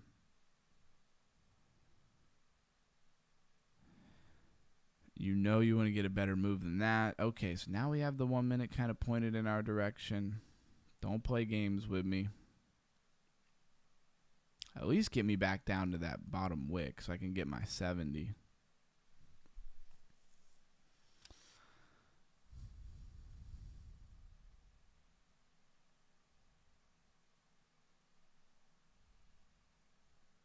And you got to ask yourself here, like, do I want to be the guy who didn't make a gain? Is that really what I want to do right now? Be the guy who didn't pay himself live on the internet? It'd be no different if I was not live on the internet.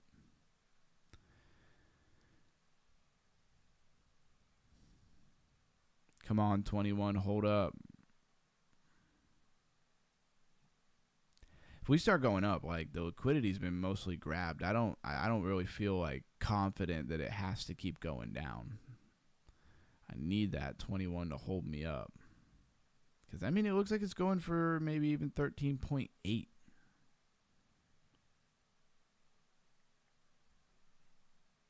And this is how it happens. This is how you play yourself live. Come on, 21. Hold me up.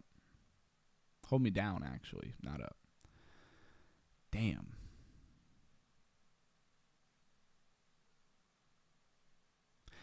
I guess you could say it's greedy, you know. I got a little greedy. I was looking for that second leg down because you usually get kind of a more explosive move to liquidity. Also, I'd shrunk my chart a little bit. I probably would have thought that was more explosive if my chart was in the right place. That 1 minute wants to come down, though. Can we let the 1 minute Stokes come down? That would be nice.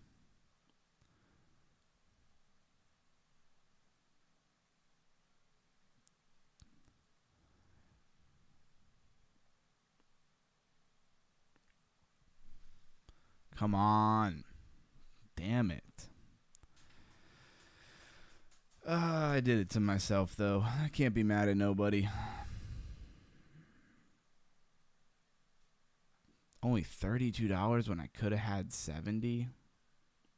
Man. And then what do? Then you just wind up holding on because you're hoping to get back to this liquidity level down here, the next one, which would be fantastic. 234,000 at 13.2. But you have just as much liquidity above you at 13.8. All right, 1 minute. Quit playing games with me. Reset here. 40. I definitely need to like take whatever this 1 minute Stokes gives me right here. I really need to take it. Come on, flip white. There we go.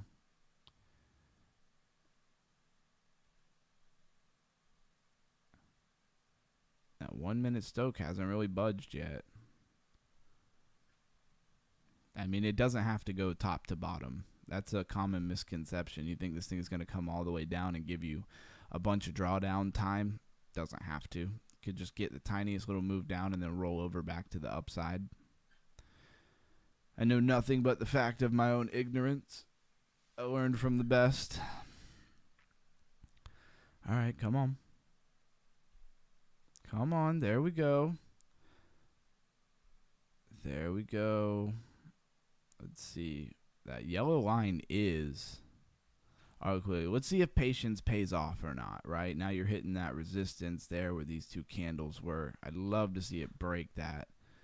Actually get some follow through there. Okay, jerks back down. Blue, white. Back to like 57 bucks.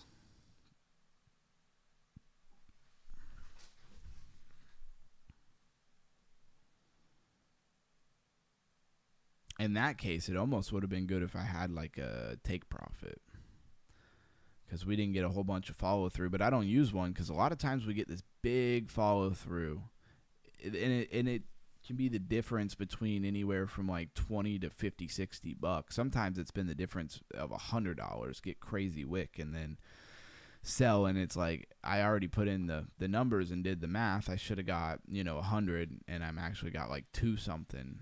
So that's why I don't use take profit. But in this scenario, it actually would have played out for me really well.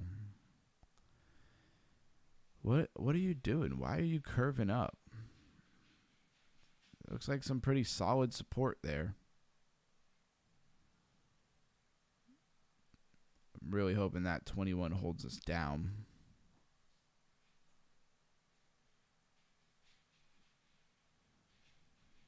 Yep, the 1 minute Stokes kind of curving.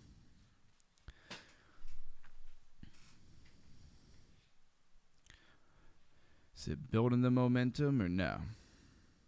What do we think here? All right, go back down, test that support, break through it. If it could break through that support, it says, we could go lower. Okay, there we go. That's the move. All right, what are we doing? Can we get down to that bottom wick low?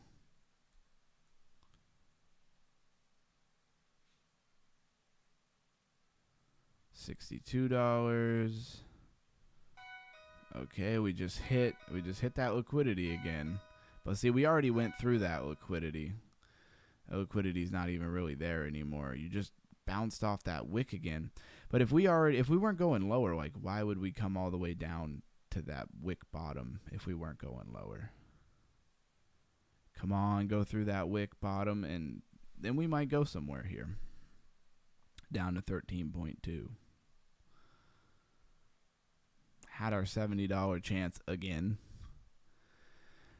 And I'm probably being greedy again. It's hard to know if you're making just smart decisions or if you're just being greedy for more money. That was the target. We hit the target. We hit it again, even though I didn't think we were going to. All right. 85. Come on. So we broke that wick.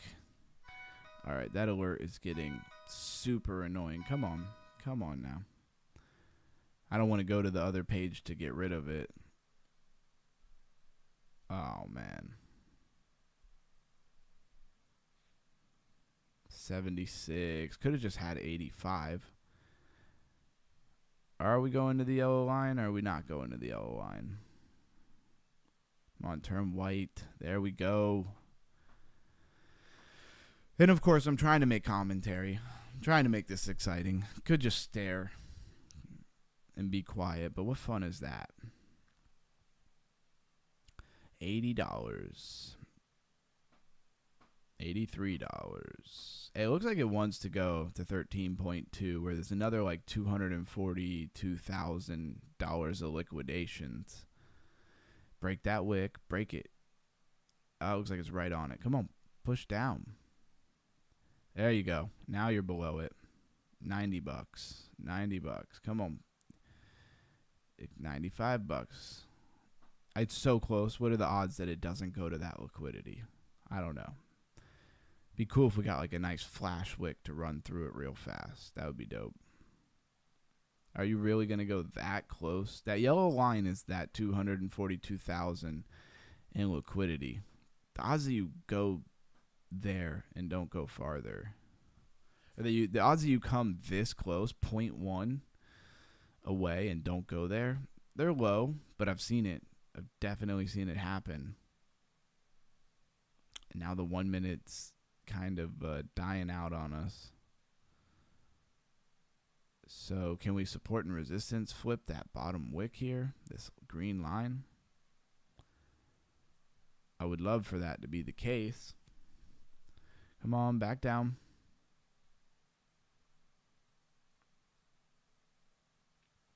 Come on, don't do it. Stay under that line. It's respecting it so far. Zero guarantees here. Back to almost $80. There it goes. I really don't want to have to wait for this stupid RSI to reset. Just give us the quick wick down and call it a day. In a perfect world. In a perfect world, that's what would happen. You just get that quick wick down, hit this, and call it a day.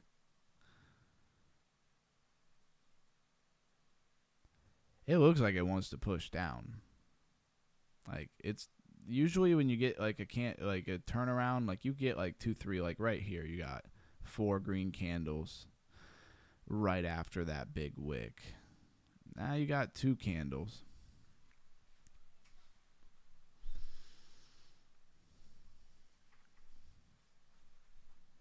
Let's go. All right, let's do the liquidation thing. Make sure what we're looking at is still there. Yep, 234. Then there's not much till 13.1. That is 13.26.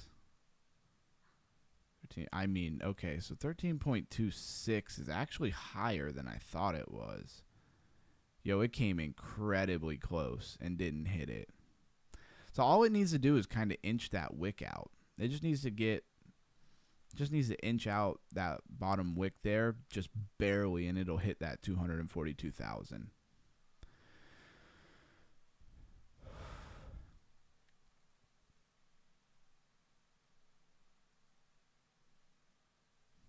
And now we wait.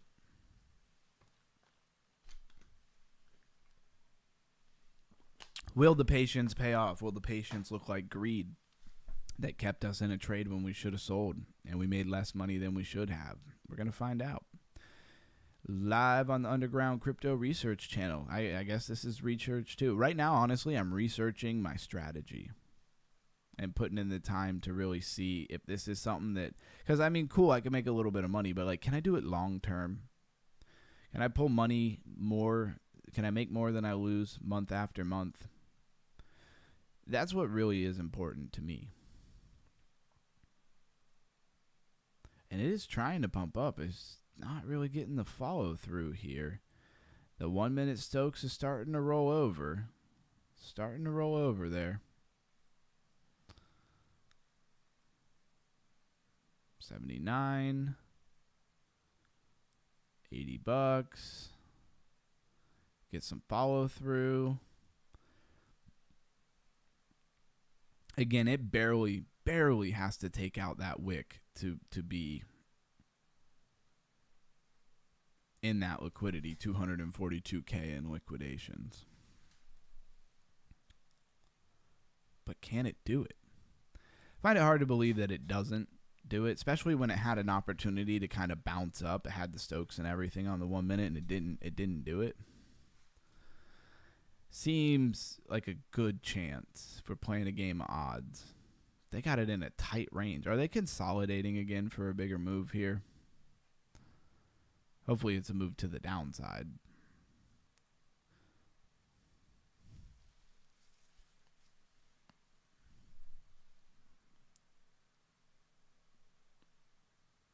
Come on. It keeps threatening to push down. $83. What am I really hanging on here for? Another $10 maybe? Seems a little greedy. Sometimes we just got to be honest with ourselves. You just hear my thoughts out loud as we go here. Patience looks like it's paying off. If I could take another $90, it'd be $180 on the day. I lost $240 yesterday. I made almost exactly $240, $246 the day before. So I was up like $500 and I lost 50% of it. So if I could get $180 back on the day, I'd be pretty happy. Be really awesome if I got $140. It's just big old wick here with all this consolidation. And it the longer it kind of lingers here, but still looks like it's going to push down, the more I'm starting to think like I might get a little bit more of an explosive wick to the downside. It does have some more liquidity at like 13 on the dot, which is like right here. So if it could get a hard wick down there, it would usually, in my experience, have to do this kind of little consolidation thing first to get the momentum to do it, right?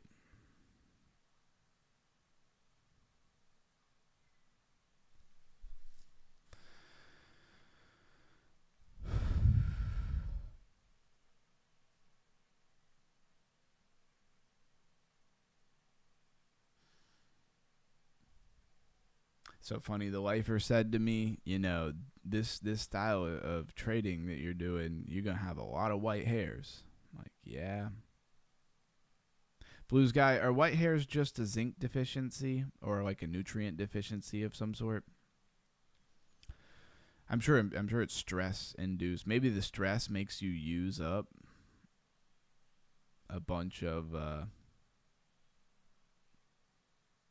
nutrients more quickly than you normally would to counteract like the cortisol or something. This thing's got us in like cortisol through the roof. Sitting here like stressing over these tiny, we're so zoomed in on the 1 minute, it's ridiculous. Stressing over these tiny candle moves. I mean, come on.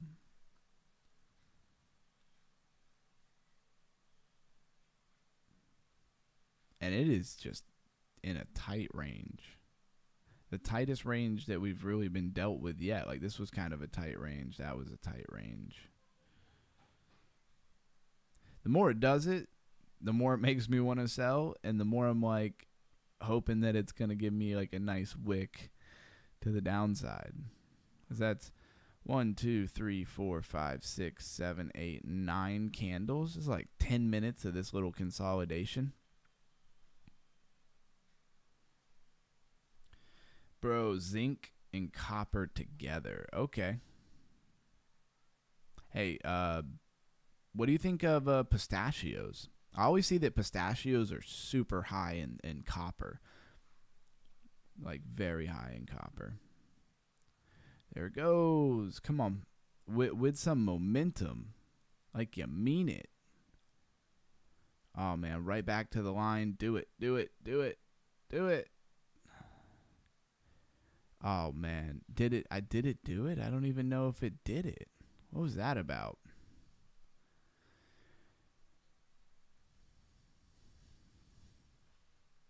And I should just sell this thing and not be an idiot.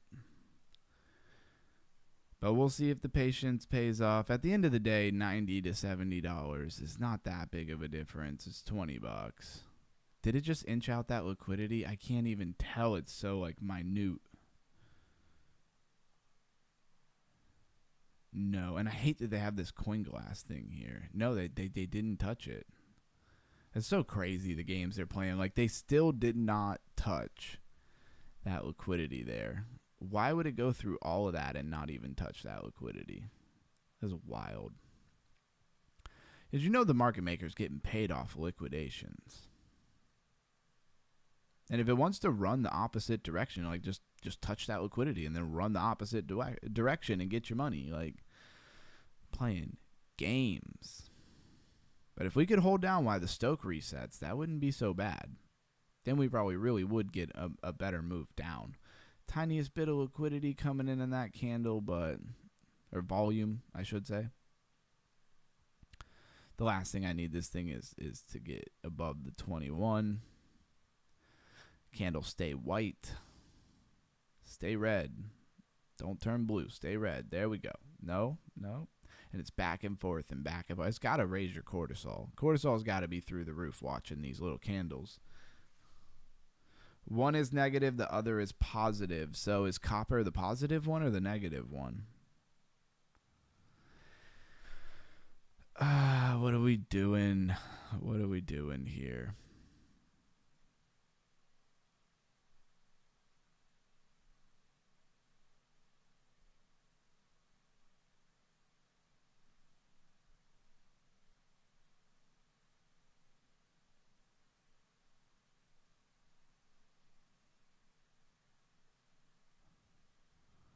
Come on down. It's in such a little tight range that when it does move in one direction, it's probably going to be a decent sized candle. I like that this Stokes is almost fully reset on the 1 minute. There we go. Touch the 21. Trademark sign that we can finally go for a move.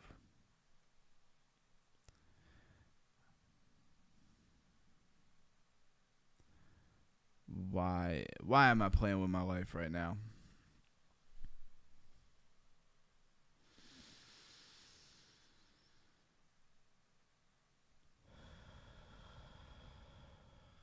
Deep breaths.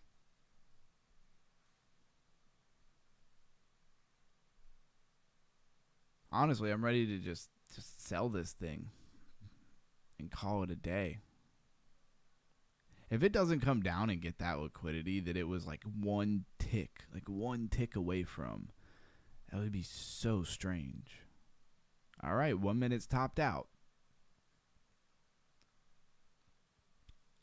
Now what are you doing to me? Wicking a little bit above. 3 minute. Got room. 5 minute on the bottom. Come on now. Gonna make this take like another 35 minutes. Don't do it. All right, there we go. Touch of 21. Good sign that we can finally move a little lower. Back down. With a little bit of momentum. Usually that's the point of this consolidation. It's like 12, 14 minutes of consolidation. Come on, you're right there. I feel like it's not going to do it that many times. Come on. Look at it, just like right 1-2 ticks away from grabbing that liquidity. If they didn't want to grab this liquidity, I don't know why they would sit here. There it goes. Am I going to play games with my life again? Yes. Yes, apparently I am. Because now it just grabbed that liquidity and I just sat there and didn't close. I'm so spoiled with the bigger move at the end that I'm like just chasing that bigger move at the end. And I shouldn't be doing that. That's probably not smart.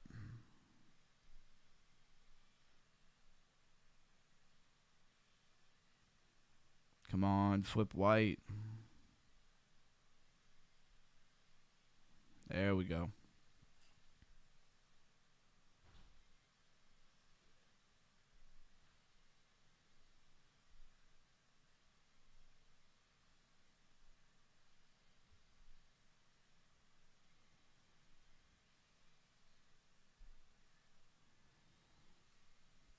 And even myself, I'm like, why am I not selling this? Like, I should be selling this. Yeah, my inching over here about $4 or $5 extra. Stupid. Still looks like it wants to push down.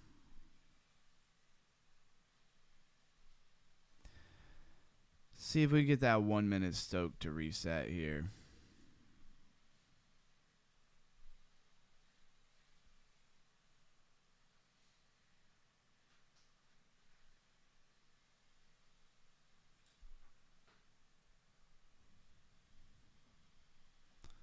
Gonna wear my eyes out trying to look at this stupid trade. Or just on the daily trading. Probably really ruined your eyes.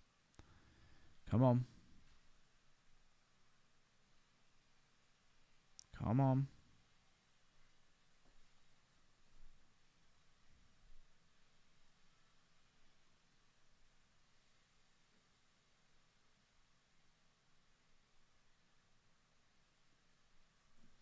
All right, I just sold it because it's looking like it already grabbed the liquidity. See what I ended up getting. What do I go to? Order history? I'm trying to remember. $77 I got. It was stupid. I could have had 100. I played around. I'm usually so quick on that sell that I'm honestly gotta sit here and wonder why I didn't actually take my win. I mean, I still took a win. I still took 77. So 90 and 77, I still got a large portion of my money back that I lost yesterday. So I'm going to be happy with that. Probably call it a day. It did look like that sell right there, as it looked like it was going to do something, was a good move. I'm not going to jump back in this. I have stuff to do tomorrow. I don't feel like being in a trade for another 3 hours. That is not the move. Hope everybody enjoyed the show. Shout out to anybody. Oh, everybody just finally left. They saw me sell the trade. They knew that the show was over. All right. Well, shout out to Blues Guy. Shout out to everybody who gave us super chat. Pretty funny. We got all the way to 4, but we couldn't quite get to 5 super chats is what it is. I will see you guys on the next one. Stay underground. Stay crypto. Later, everyone.